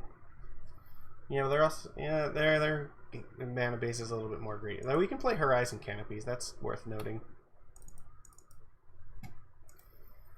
I like that.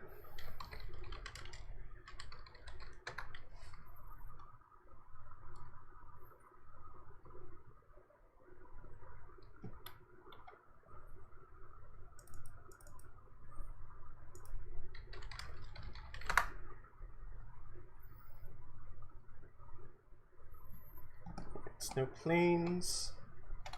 Pick out a pretty one. And I guess 1 basic Snow Swamp makes sense.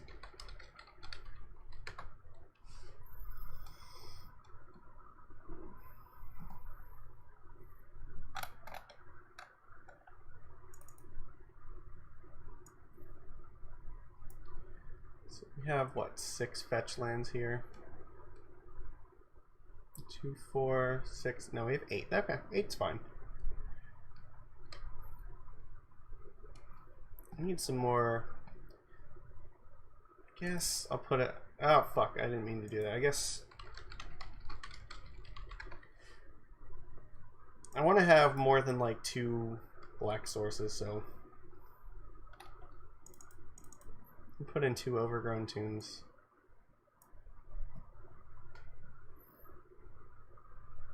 Green's just going to be very important. Do I put in the 1 Godless Shrine?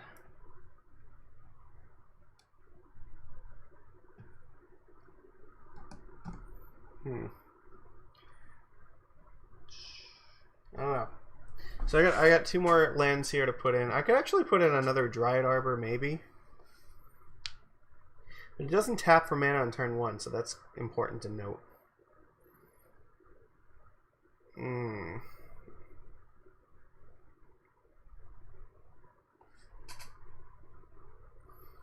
Tireless Tracker is another card that really cares about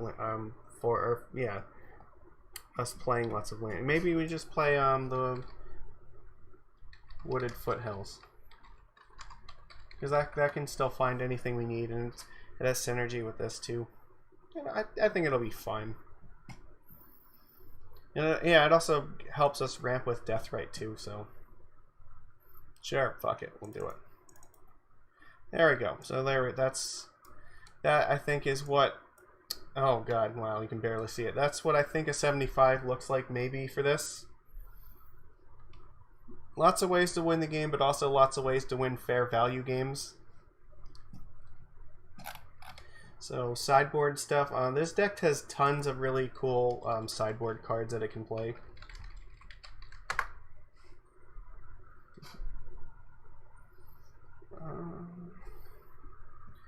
Probably one of these in the sideboard. Gaddock Teague. It seems like Gaddock Teague is sort of like not good with the combo, but at the same time, it also shuts down a lot of combo decks. So like, it still gets played a lot for that reason.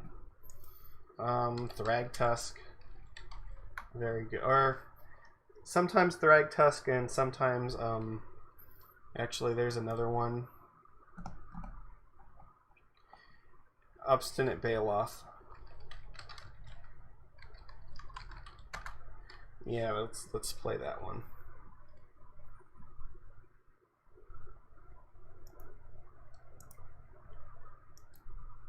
Just because we only have 21 lands, so like we don't want to like play too many things that cost more than 4 mana if we can help it. But if they're up against something like Liliana the Veil, Baloth is really good against those decks. And it's also good against Burn. It's quicker to deploy, so.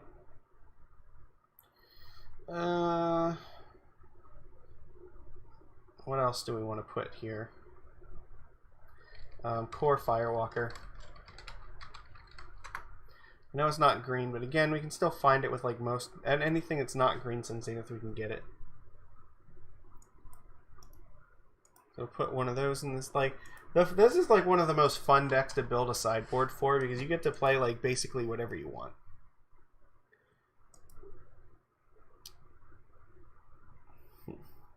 Oh, I do want to put a questing beast in the board.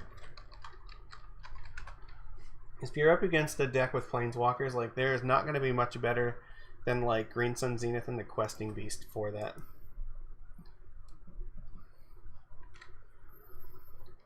So we already have the 2 paths here. We can actually play something like Assassin's Trophy. Or do we want to play Abrupt Decay, actually? That's close. It could be either one, so. It is kind of like it's more like half Abzan Company and half Devoted Devastation. Like, there's a lot of crossover between some of these cards, though. Like, and it's hard to play against both halves of it at the same time, I think, but like it's perfectly fine to just like win a fair game with like any of them. So I guess like the question is, would they rather play Assassin's Trophy or Abrupt Decay? Like, probably Abrupt Decay. That seems like more important. Well, the reason I'm going to lean towards Abrupt Decay is because if there's going to be a lot of stuff like Force of Negation or maybe like Counterbalance, Decay is going to help a little bit more with those. Oops. Yeah, like it's really close between them. Like, to be honest, I could very easily play both copies in the sideboard. So, or I could play both things. Like, you know, stuff like Gideon Ally of Zendikar is also really good. A lot of these decks play Planeswalkers like that in the side. Like, you know, this is another cool one, Caustic Caterpillar. That's something you actually can like Green Sun Zenith for. So.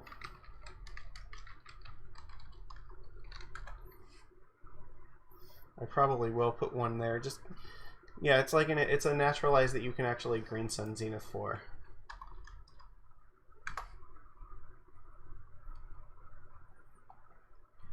Basically, if it's a green creature that has like a relevant ability, then it's probably worth playing. Caterpillar, duh. No wonder it's not finding it.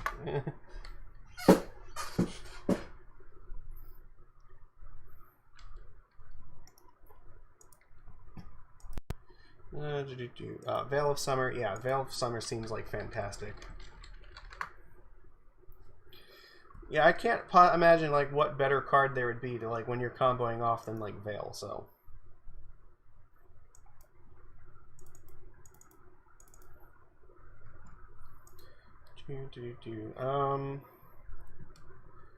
Probably something like Selfless Spirit, or no, Remorseful Cleric. because it's Graveyard Hate that you can tutor for, but this also might want to play something like Rest in Peace on the side. Well, I don't know. It's actually tough. Like, what Graveyard Hate do you play against Dredge here that doesn't turn off your own combo? I guess you could side out, like, you know, the Visceraseers if you're gonna bring in like Rest in Peace.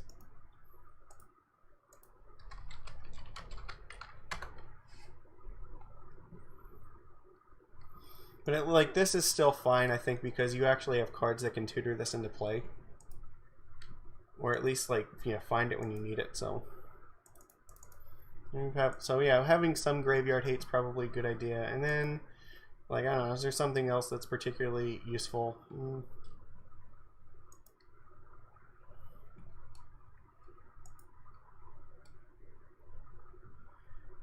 Forge Tender maybe. Yeah, the thing is that we're also playing Green Sun Zenith, so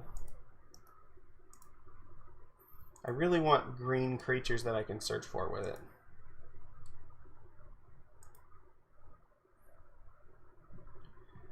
We have an Ooze in the main deck. I don't think we need a second one. We also have a Pride Mage in the main deck, so oh yeah, I know which one. Collector Oath. I have a feeling like something like this will actually be useful to have as a tutor target.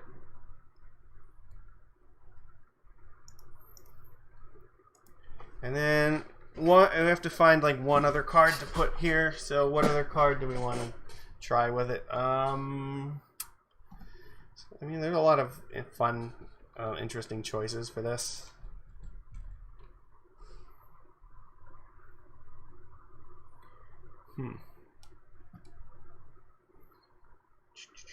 We have like some. I think we have enough value things in the main. So, a Knight of Autumn. Actually, you know what? Maybe that's worth it.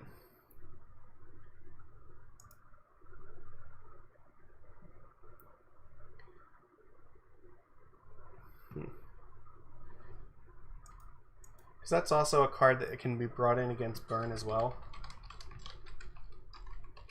And it boosts the redundancy of the deck a little bit too.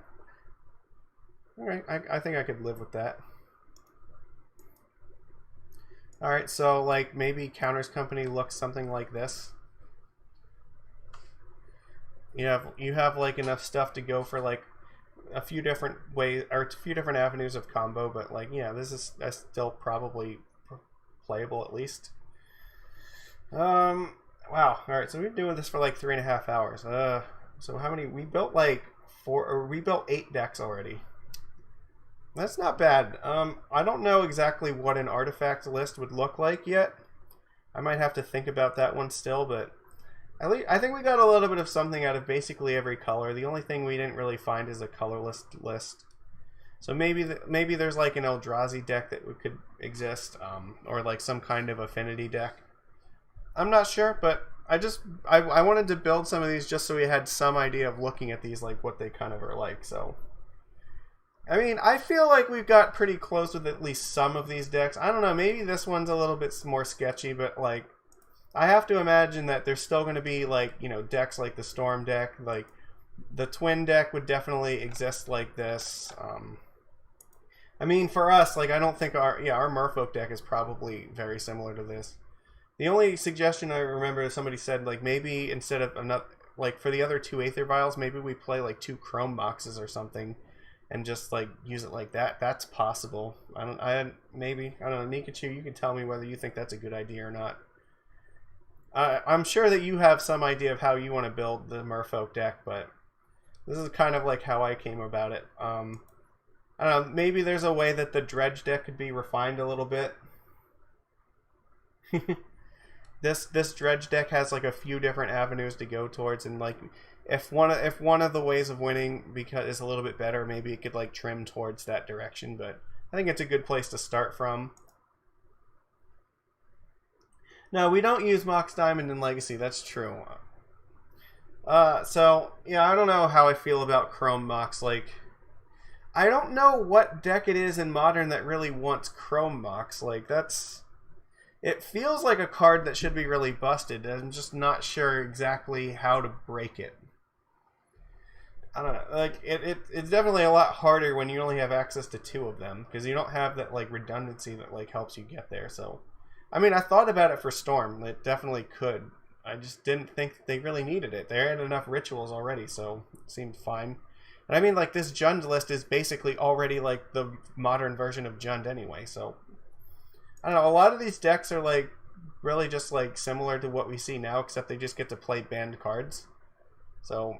I think this format could be more powerful, but probably like also in some sense less powerful. I don't know, I'll post up the images of the deck lists on the Twitter for this, so people can kind of look at it and maybe comment and have their own ideas as to how this looks. But I don't know, 2X Modern seems like it's really fun. I would be happy to like try this out. I mean, like I don't own like 99% of these cards in MTGO, but I don't know, maybe there's some way we could like find that I could rent them or something and just try playing games with them. So I think 2X Modern has like it looks like it could be a reasonable format, and I don't see anything that immediately is obvious that it needs to be banned, but maybe we test and like turns out like the Dredge deck is just really ridiculous, or maybe there's like another combo deck that I didn't like, you know, build yet, where it could be that maybe there's one like a Krark Clan Ironworks deck or something that's like really stupid with like Urza and Mox Opal. Maybe Infect with like Blazing Shoal is just too much. I don't know about that. I think Infect is, I don't know, it could be. There's definitely way. Or maybe like Affinity somehow is just like really stupid. You'd have to just test it and find out. I mean, you could try an Elves deck with like maybe Glimpse of Nature, but yeah, you still lose like a lot of the engine pieces that really make them so powerful and consistent. So I wanted to try to like stick to decks that like looked like they would still remain pretty consistent to like how they are now. So that's kind of why I chose the ones that I did. But I'm sure there are tons of other powerful ones out there that I didn't even like think about. So I just wanted some idea of like what maybe this format could possibly look like. So I think it's an interesting idea, and I hope that we do get to see some gameplay with it. So I have been doing this for like almost 4 hours now, so I need to stop before I go insane. This is really fun. I appreciate everybody for showing up for this. It's a little bit different from what I normally do for my content on the you know, during the week, but I'm happy everybody showed up, and I hope you guys are finding this just as fun as I am, because like I said, I think that 2X Modern could solve a lot of problems with, you know, the prices of cards and maybe even like the power level of cards that needing to get banned. So it could also mean that a lot of cards could be unbanned. Like maybe Ponder and Preordain are not that bad when you can only play 2 of each of them and like 2 like Uros and whatnot alongside all that. Who knows? That could be enough to keep things in balance. We'll have to find out. So alright, that's all I've got for now. I hope everybody's enjoyed this. Yeah, I hope it doesn't create any new problems either. So I don't know exactly what they would be. I mean, maybe it turns out like there's like a really sick Lutri deck or something that just gets like a lot easier to play because of the 2 of rule. It's like, okay, well, instead of 2 ofs, you only need to play 1 ofs of everything. So I don't know. I can't imagine that there's anything that's like super problematic like that. If anything, I think the biggest problems might result in from some cards needing to not be unbanned, but you just have to test the format and see which cards are the one. I don't know, maybe even Eye of Ugin might be fine, because you only get to play 2 Eldrazi Temples and 2 Eye of Ugins, but I mean, there's still like stupid mulligans like that maybe you know, the Eldrazi deck would be really dumb, but at the same time, like, they go from having 8 of those lands to only having 4 of them. Maybe that's enough to keep them in check. I don't know. But it's entirely possible like some things like Dread Return or like Hogak should just never ever be unbanned. The only way we know that is if we like play it and find out. We just like try running some of these decks against each other and see like, oh my god, that's so strong. How do I deal with that? Or, you know, just, yeah, like I said, try and find out what works and what doesn't. I don't know how like any deck gets like super over the top powerful when you're limited to like 2 copies of stuff, because like yeah, like you said, you can't jam like 4 arrows in your deck and call it a day against burn. You only get 2 of them, so you actually have to like have a real plan that doesn't involve just playing like 4 of the best card that you can imagine in your deck. So, and it's harder to support that too, because now it's like, okay, well, I only have 2 cards that really care a lot about my graveyard. So then you have to like, okay, well, maybe I play like Dig Through Time along with it, and like, that could be good, that could be bad. We don't know. So this is probably going to be, I would imagine, a more powerful format than regular Modern, but that could be fine. Maybe it's more balanced than regular Modern, even if it is stronger. So, like I said, there's definitely a lot of potential for it. We just have to like flesh it out and kind of see like what's going to be good and what's not. So, like I said, this has been almost 4 hours of deck building, so I think we've got a pretty good idea of like how to go about building these decks and like what they kind of look like. So I'll be excited to see what people will come up with. Yeah, I agree. More power, more balance. You know what? Legacy is balanced by the fact that all the decks are powerful. So I think that's a reasonable approach to take to Modern. When everything is like, it doesn't matter how powerful everything is as long as everything is relatively the same power. So maybe that'll be the case with 2X Modern. Who knows? I guess we'll find out when we start like seeing some gameplay for it. But in the meantime, I hope everybody's enjoyed this. Alright, and I will see you again on Thursday, and we will probably play some Historic.